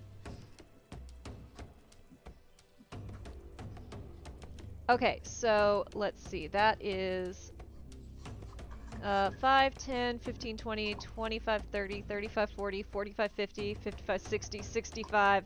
So you've only got 50 feet of rope, and you're gonna have to use at least like 5 feet of that to do the lasso. So you got to get within 45 feet of it, and you've got 30 movement. So if we go 5, 10, 15, 20, 25, 30 would be there-ish, and that would give you 5, 10, 15, 20, 25, 30, 35, 40. More than enough to lasso it.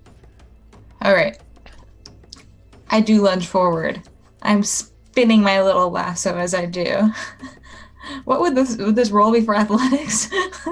This, I'm gonna call it dexterity, because you're trying to, lassoing is a very, not that I've ever successfully done it, but it's a very dexterous act. That's gonna be a 15 plus 2, so oh wait, no, plus 4, sorry. So, oh no, not a saving throw. No, it's just plus 2. So, 17. Yeah, so are you lassoing Edmund, or are you lassoing the, Oh, Edmund. thing? Okay, yeah. Edmund, do you even resist? Oh. Okay, yeah, you lasso Edmund. If you pull him away, this creature's gonna get an attack of opportunity, but you might just be able to rip him out of there. Pulling him. Okay. Edmund, I assume you don't resist? Nope. So There's probably gonna be like a squeak of like "mommy" as like she like yanks me, but that's it. So this 12-foot tall snake-like thing that is animated blood takes a snap at you, and I assume your armor class is less than 21. Yeah, but can confirm. Nails you for 6 points of damage, but you are successfully pulled shunk and out of this creature's range, so you can Excellent. actually dip out if you don't want to fight. Because it starts to slither forward, but you get the feeling even at 12 feet, it really can't leave this pool of blood.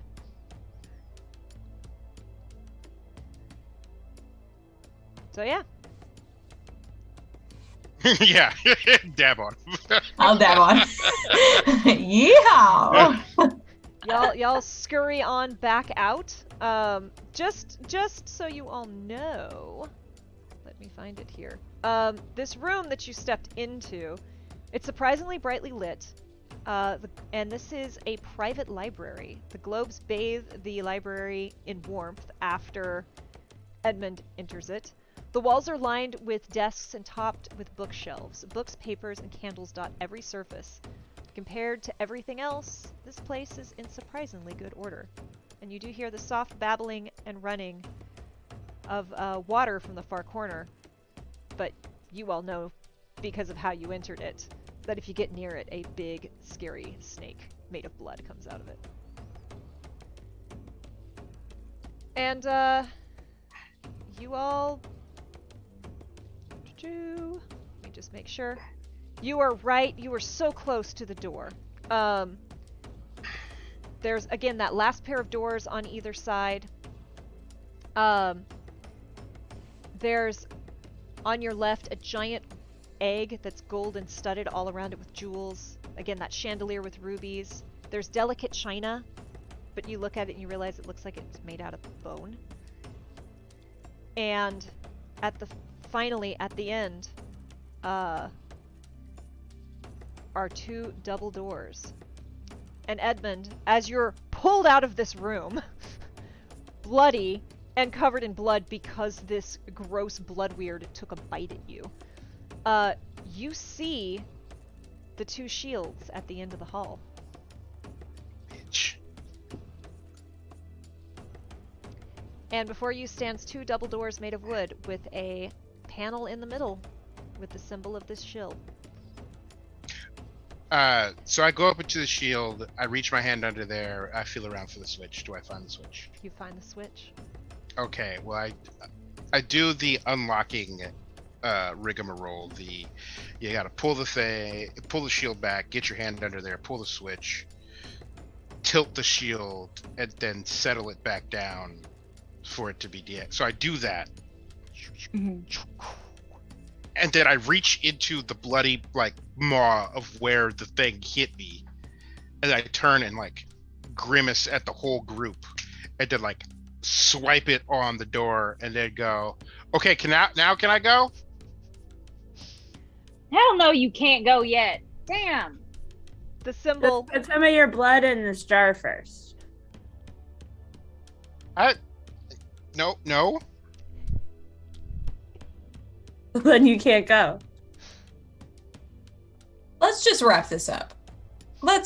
Is the thing in? Can somebody go in this room? Is the thing in it? Yeah, I've seen I'll too many look in the room. stickies tonight. The symbol I'll take the initiative. glows and pulses and turns, and the double doors open. And you see a large open room. The doors open outward, and you see a well-lit round room. The walls are made of segments of dark burnished metal. They rise up and up and up, fading into darkness over your heads. 4 of those golden orbs are hanging at about eye level and lighting up the room. Across from where you've entered, made out of the same metal, is a pair of flat doors with that same circle of the curled shill pressed into the doors. The floor is also metal, and at the center of the room is a smaller circle about 15 feet around, which has these weird spiraling patterns, almost like a bud of a flower. Edmund, you know this room. It's where your grandmother taught you to test your magic. This is where you learned how to use magic for great good and to kill. I mean, good. Hold on, checking. Fuck, I don't have detect magic.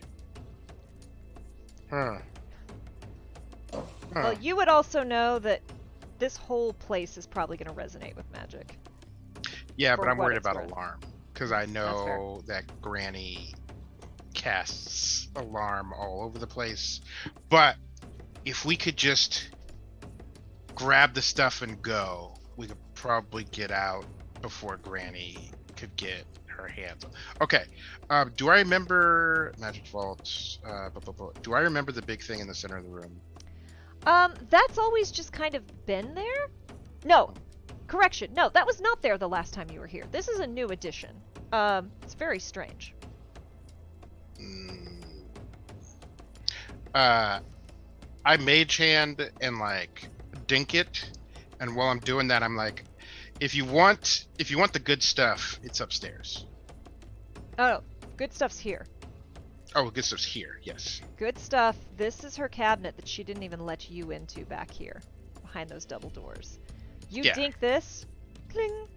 It sounds like hollow metal. All right. Mm, Then let's take a look at that cabinet. If that's where the good stuff is. Care to lead the way? Yeah, I go up and I slap my bloody hand on the door again, and then turn and look at the thing in the center of the room and keep an eye on it. So what do you all do as he enters this room?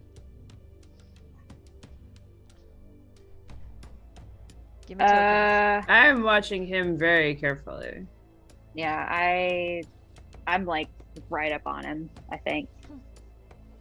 But, I mean, I do have Dungeon Delver as a feat, so I'm kind of I think I'd be fine just stalking after him. I don't think I'm thinking too hard about it at this moment. All right. He steps up. Is everyone on the map?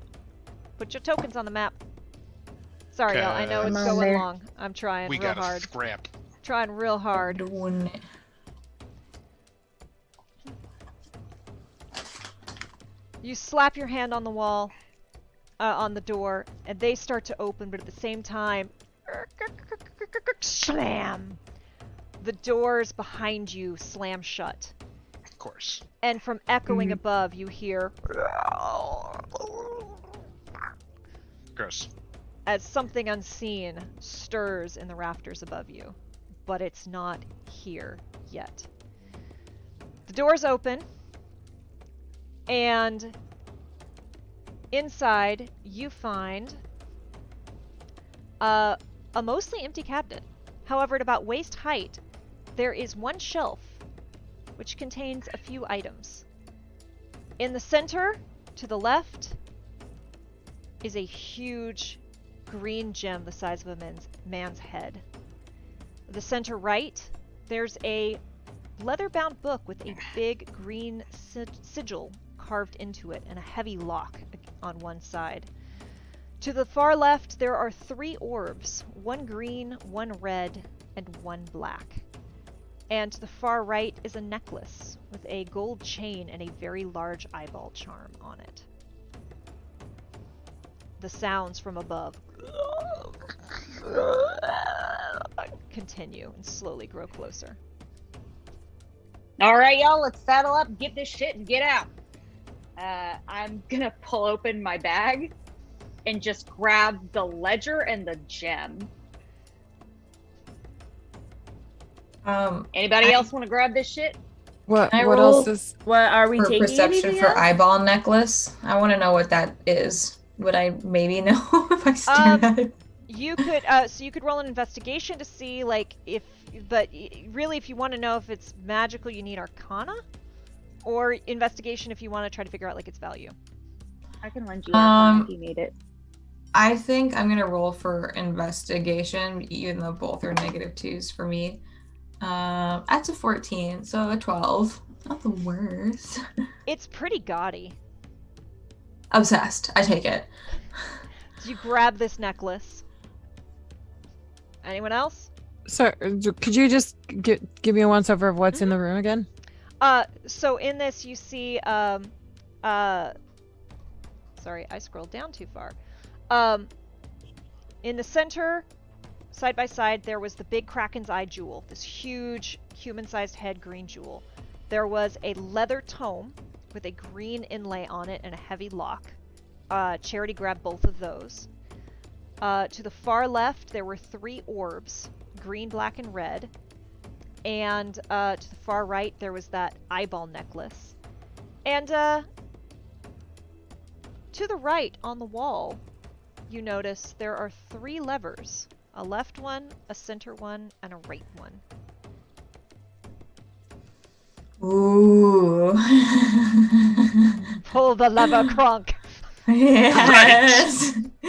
This is my destiny. Uh-oh. Real quick, actually, as Charity's like stuffing the gem into the bag, Gayla's gonna like sidle up next to him and be like, "You said that was a ledger. Should we check on it? Can I take a look at it?" I am gonna cast a spell. What spell are you gonna cast? I'm gonna cast message, Okay. and I'm gonna direct it at Gayla. Okay. Here's the message. Applies only on Wyvern unless where you can hear. I'm gonna say I know about the ledger. It's safe. You're safe.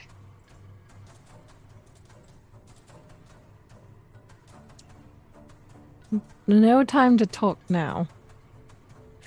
And so I guess I'm just gonna immediately direct my attention to the levers and try and investigate them and see sort of like what could I somehow notice what they do or where they lead or what they might affect. Roll me an investigation. Edmund, are you paying attention to anything that's happening?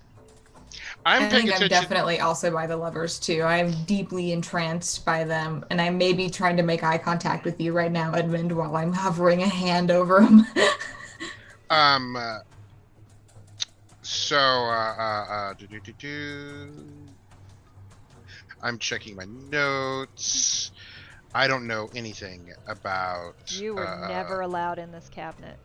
However, you did hear your grandma bragging about something. Yes. Yes. And she would be really, really pissed if we took it. It is at this point that I let slip that, by the way, Grandma had something. Grandma had some stuff, a way to cast a spell, and I think she used it in the chandelier. So if we see any like vials or anything, we should probably take that and research that or sell it. But I don't know what the levers do. Maybe we should not pull the levers. Maybe we should just go because we have what we need. So, and I have pockets full of gold. Gayla, what was your investigation? It was 18 on the die, so 18 plus 7, 15, 20, 25. 25. It's Good. hard to tell. It looks like the center lever has been used the most. The left lever looks like it's been used the least. Just from where?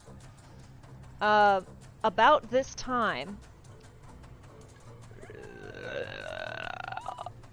you see what appears to be a very small beholder with one broken antenna start to descend. Nope. Pale yellow, making slow circles out of the darkness above. We should probably go I now. would love to pull that lever. Middle one. Pull the middle one. Ooh, do Middle it. one. I'm doing it. I'm doing it. I did it. You pull the middle lever and you watch the kind of rosebud closure of gold in the middle of this open up, and you're immediately hit by the stench of putrid, rotting flesh. Edmund, make me an intelligence roll. Oh boy, he's not all that sharp. Edmund got some explaining to do. 11 plus 2, 13. Your grandma uses magic, like practices her magic on living things to try to kill them sometimes, and you think this is where she started disposing of them. Yikes. We found the trash chute. Does it look like it goes down? It goes straight down, and thinking about it, it's probably that gold, that brass pillar that you saw. I mean, it's Okay. wet, right? And so I run and try to jump into the hole, except I've got a leash on. And so I run, jump, and then yoink, and then fall. Also, those 3 orbs do catch your mind. Just gonna say. Catch Edmund's mind. Mm-hmm.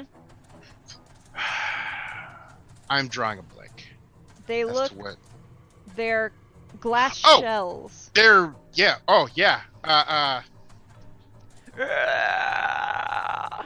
This thing is about 40 feet in the air. And it's coming for you all. And I'm on the Move floor, and slowly I'm like, closer. does anybody have a decent arm? Not What? me. Use more words. Grab orbs, throw at creature. Oh shit. Right. Pretty Hold. strong. Throw. Rowan. Throw in! I start backing up towards the door. Do you throw one? Is the door locked? Could I leave if I tried to? These Oh doors have my slammed. gosh, Rowan! These 3 slammed closed. Yep. Do I have any of his blood on me? Wow. Probably. You're also bound to him with the rope still. Yeah. Yeah, like What's my movement speed? 30. All right, I rapidly reassessed. I guess I'm trying to throw an orb now. There are 3. There's a red, a green, and a black. Black. Grab it. Make me an attack roll. Hook it. What would that be plus strength? Or This is gonna be plus dex. plus dex. Okay, 8. You whiff and you miss this, but it sails past this thing, which anyone who's paying attention would make me a intelligence or a survival. And it goes flying past, it hits the ground and opens up into a huge teleportation ring. It's as if liquid magic had been compressed into this, and now that it's been thrown out, golden sigils paint themselves across the ground, and you see a teleportation circle appear. Oh my gosh, where has this happened? Past the enemy? Yeah, so Rowan threw it, so Rowan is... So it's like here? Yeah. Well, I got a 14. I don't know if I'm allowed to be thinking after throwing something. Cool. I got a not natural 20 on an intelligence check. I got a 12 on intelligence check. So 17 on intelligence. This thing is indeed too small to be a beholder. This is a spectator. It's yellow, it's small, it's like a baby beholder, and it's got one broken eye stalk. So you feel like it can't do one of its attacks. It's still a nasty thing, but it's not quite as bad as beholder. These usually guard spaces for people. Can I get a read on that teleportation circle? What are you looking to learn? Want to learn like how far, like, can I get a vibe on like how strong the spell is to see how far it would teleport us away to? That's not really something you think you could get unless okay. you sit down and read these ruins. But this door is locked. Oh, I'm on the wrong thing. This door is locked. This one more round and this spectator's coming at you. Which I'll do. I'd make a run for it. Did we? Yeah. I'd like get to pull out. the left lever. Pull the lever, Kronk. All right. You pull the left lever. I need everyone to make a dexterity saving throw. Oh boy. My bad. My bad. Oh, don't my bad. It's fine. That was 19. a 13. Okay, dex save I got a 19. Thank goodness. 16. 15. Anyone who rolled 14 or below takes 19 points of lightning damage. Everyone else takes half. As the entire room electrifies and you feel electricity shoot through your bodies. You pulled the wrong lever, Kronk. Does that include the enemy? Enemy is off the ground. Gosh darn it. So I'm down. What else is new? Rush to the teleporter. I'm not gonna fit in the tube, and it smells like icky nasties. I'm just gonna try to siphon some of Edmund's blood just in case. Just slide in with the jar like before he leaves. I've Good been idea. down, so. That's really good. Yeah. Okay. I'm following Rowan to the teleporter. Let's go. Okay. And then I'm gonna jump in the teleporter. We're so- doing that? Okay, I don't have time to pull the last lever. No. Damn it. I mean, listen. No. Fuck it. Here's the question. Do you hold on to... Yeah, are you is Are Edmund you still tied to you, together? Rowan? Are you Yeah. dragging him behind Oh, you? he was never tied to me. I was just holding his rope. Oh, are you and still I holding dropped the rope? it. So y'all are Yep. leaving Edmund? Ah! I gotta go. Yep. Deuces. I gotta buy some It's a chicken wrap. nuggets. I mean, I got the Charity. blood, so. Charity called to everybody and said, like, that was the next objective. Leave him. Damn. All right. Edmund, you are on the ground as the whole party Yep. vanishes. This is a And- perfect ending. You all appear in a dark, dimly lit room. Shadows seem to cling to the edges. Glowing purple orbs dot the room, and there's no windows or balcony. The lighting makes this space feel strange, large but still claustrophobic. 2 bookshelves laden with heavy tomes, and a canopy bed with dark blue linens is in the other corner. There's a writing desk, a large Bible stand, and a large clear orb by that book. As you try to take a step, you feel something grab your mind. I need a wisdom saving throw from all of you as you have entered the shill's bedroom. Mm-hmm. Oh no. There were 3 options and y'all picked the worst one. I rolled a 1. Did you I also- say wait? I What also kind of rolled a save? one. What kind of save? I also rolled a 1. Wisdom. Oh, fuck me. I rolled Can I a use 1. my passive wisdom? I got a Saving 2. throw. Got a 2. So I'm a negative This is 1. what you get for leaving the piss baby behind. I wanted to pull the lever. You all feel your body lock solid as cold fingers grip your mind. A soft cackle fills your mind as you stare at each other wide-eyed but unable to move. Like a moth to a flame. And before you, the shill appears. Roll initiative. Okay.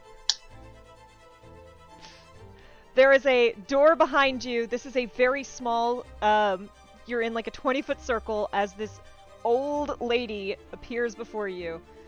Oh man. 16. I got a Hold 5. on, I'm sorry, give me 1 second. I gotta do a new encounter. That's a 12. So 16, 5, 12. I need the library, please. How do I have the library? Is there any chance I have like 60 seconds real quick? Go, go, go. Okay.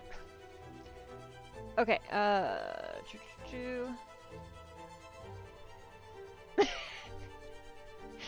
I love how thrilled you are at their pain. Yeah, I can't wait to watch all of you die. Oh yeah, just for giggles, make me a death saving throw. Can do, will do. Death saves. Is that straight up D20? Mm-hmm. Okay, here we go. 1. That's a 3, so that's a fail. So you are not conscious when the spectator comes down and Oh, yeah. breathes. Mm-hmm. And that's that. It's a rough day.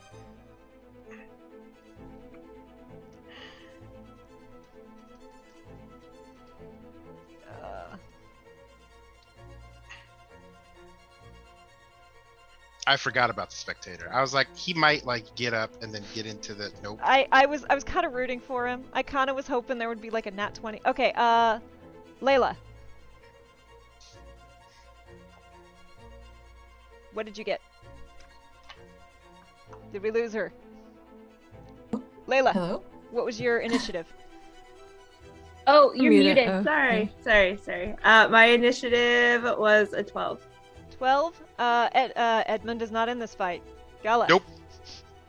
My initiative is 14. No, 5. 5. That's I a got a difference. 3 on the die. Yeah. Charity. Mine's also a 12. And Rowan. 16. 16. Well, the bad news is the shill goes first. The good news is you're all gonna die. Just throw Edmund's blood on her. And Right? she- I was thinking about it, but Bonus action is a thing. I need everyone to make a dexterity saving throw at disadvantage because you failed your wisdom saves.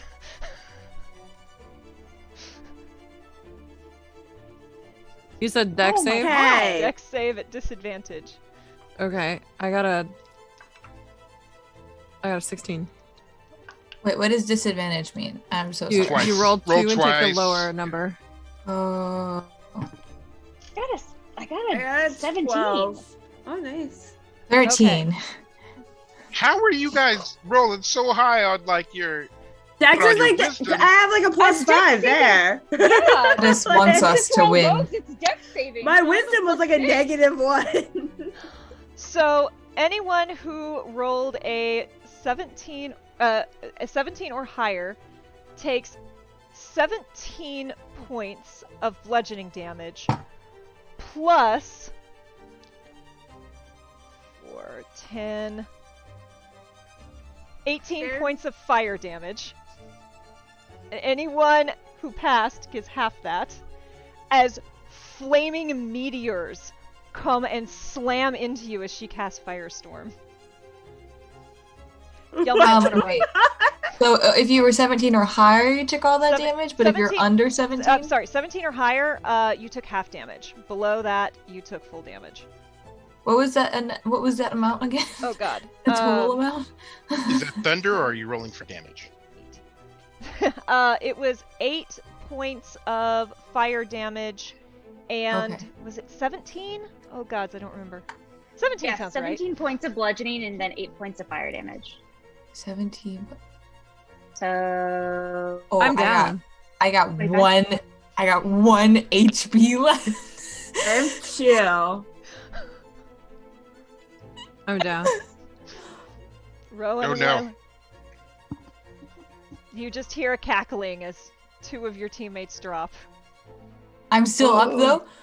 If you have 1 hit point, you're still up with 1 hit point. Oh my god. Okay, but I can't move. You can so after this Oh, turn, wait. the hold breaks. wait. Sorry. You're a tiefling. Can I you have hellish fire rebuke resistance. her? Yeah, are you still up? Yeah. Yeah, you can hellish rebuke. Also, you're a tiefling, so you get fire resistance, so you take half of that fire. Okay. Yeah. I want to hellish rebuke. Hellish rebuke. I have it that at second is a level, so it's a dex save. dex save. She rolled a 12 plus. What's her dex? It's not great. 12 plus 1, so 13. 13 matches. Meets Does it, Ty go to beats the it. runner or what? Yeah, meets it, beats it. What's your damage? Takes as much on a. Okay, hold on. Let me roll. Sorry, guys. I apologize for like interrupting right No, there. this I is awesome. Just got. Nope. Definitely battle back as soon as possible. Please. That's Yes, 20 please. points of fire. 20? Yeah, I have 3d10. Ouch! She Yikes. and almost hisses at you as fire curls around her. Rowan, are you down? Are you up? I'm up. Can I do do I get a bonus action or is it just the one thing? You get an action and a bonus action. Okay. I'm going to take the potion of fire breath in this moment. Cock the So lid, potion's gonna knock be it back. that's gonna be a bonus action. I'll let you drink potions as bonus action. Okay, so then I guess the first thing I'm gonna do is use healing hands Mm-hmm. on oh, I'm so sorry, I forgot everybody's character. Kayla stares daggers. It's like he's I- healed. I I'm didn't- dead. I'm down. She Jen, stares you're daggers. alive, right? I'm down. I'm about to roll saves Death saving in a throws. second. Yeah, but doesn't that help that? Oh, can I be stabilized? Oh, I don't Yeah. know. Yeah, Yeah. healing hands can Healing is stabilize Gala. Oh, for me? Oh, Yeah. Yeah. So healing hands on you. Yeah, do it on Gala. That one fancy hand over you. The other hand is like using my teeth to tear the cork off of that sucker and knock it back. And I'm gonna belch some fire at the shell. Excellent. Does healing hands stabilize or does it actually heal? It's 4 points healing, I You have believe. 4 Yeah, points of restore 4 hit points. You're up with 4 hit points. And then your fire breath is, what do you roll for that? I know I sent the potion. It says exhale attack fire at target within 30 feet of you. The target must take a DC 13 Dex saving throw. Okay. And then taking a Ooh, she 4d6 fails fire that. damage and a failed save. She fails, so roll that. Which one do I just roll? Oh. What it Not said, was my it 4d6? Taking 4d6 damage and Yeah. a failed save. Roll so I do 4d6. Okay, hold on. My mic is like going for Your I'm mic is rolling. having a time. Are you? The mic is like, here, let me show you what it looks like when somebody falls. Okay. You got a 3. You got a 6. You got a 6. You got a 5. So 12, 17, 18, 19, 20. You watch these flames curl up around her, and she screams. And as a reaction, she throws something at her feet and is gone. Are you kidding? Do you all have potions? Does anyone bring Layla back up? Mommy, I do. sorry. No, I was at 2. I was Oh, still you were still alive? Okay. Yeah, I was still alive. So I mean, I'll since hand it's super Layla late the- and you have defeated my big bad, you jerks. You I all can't rush believe I pulled away. that off. You all scramble through. It takes you a minute to get this door unlocked. But you get out. There are guards patrolling, but you're sneaky, even if you're wounded, and the 4 of you scramble away, scurry back through that hidden door and into the sewers, making your grand escape. As you're going, Gala, Charity, do you have any talk about the tome? Yeah, I imagine. I don't know who. So, I'm a little worse for wear. Who is helping me out here? Well, you all have a potion of healing and a you. potion of greater healing. So I Awesome. assume you Yeah. all start popping potions. Perfect. Like, But yeah. but We're I'm just leaning working on. Oh, but yeah. I'm leaning on Basti as I'm coming out, and Yeah. and as I'm like inhaling this potion and trying my best to like compose myself, I say to her softly, "Hey, don't tell anyone, but I got this tip off that the book that Charity has is like really important. I don't know why, but it might mean a lot if you're the one that delivers it to the boss." Does Charity know it's important? She says it's safe. I don't know what that means. Okay. I don't have the whole story, Okay. but worth considering. Mm. God, that bitch ruined all my clothes. yeah, your And she, armor. like, makes I it know, into- right? and it and then she- smells like burnt hair too. Ugh, 'Cause, like, disgusting. So glad we left that puny little human behind. Still got his blood though. That means we can go back in for the other stuff, right, Charity? Anytime we want. Yeah, if we have the blood, then like that's something that I think would be greatly. And you have the ledger, right? I do indeed. That's what you said it was. It was a ledger. Yeah. So How'd you- full disclosure, I'll tell you everything I know about it. If Cool. that's helpful to you. Yeah, I don't know anything about it, so that'd be awesome. Honor let me know that if we retrieve the ledger as well as the gem, that would reflect greatly on our party here. So if you all want to get paid and you all want a little bit of reputation on the side, we can not only turn in the gem, but turn in the ledger and turn in the fact that we let Edmund have a mysterious little accident in the house. Yeah, I can't believe Edmund tried to make off with the jewel and died. Yeah, I mean that's Really so unfortunate. sad. It's And- so sad. Rowan, you were probably feeling a little conflicted about something you were told, but Honor specifically asked you to make sure that Edmund had an unfortunate accident on his way out. And he did. Job's done. I have a And so- question. yes. Charity. I Yeah. almost said Chastity again. I just hold up the eye necklace. I'm like, can you do magic looky? Oh just- yeah, of course. Hold on. What is this? Yeah, what's I just want to know what it is. I'll check on that. Ultimately, y'all didn't stab me in the back. I'm not going to stab you in the back on this one because we already saw Edmund leave us in the first room with the damn mimic. So that is, let's see. Let's make you an Arcana check, honey. That is a 15. 15. This necklace could have been used to control that specter. This is how the shill was binding that to her room, and now she's going to have a really hard time keeping it under control now that it's not there. I feel incredible guilt for like 2 seconds. Then you're like, well, And then I'm like, wait, She tried to kill you. so many gold stars for giving this too? That is true. You have just hand-delivered a specter to the circle, which I'm sure they will be very excited about. I'm gonna get so many chicken nuggies tonight. All of the chicky nuggies. And sure enough, you all are well rewarded within the circle.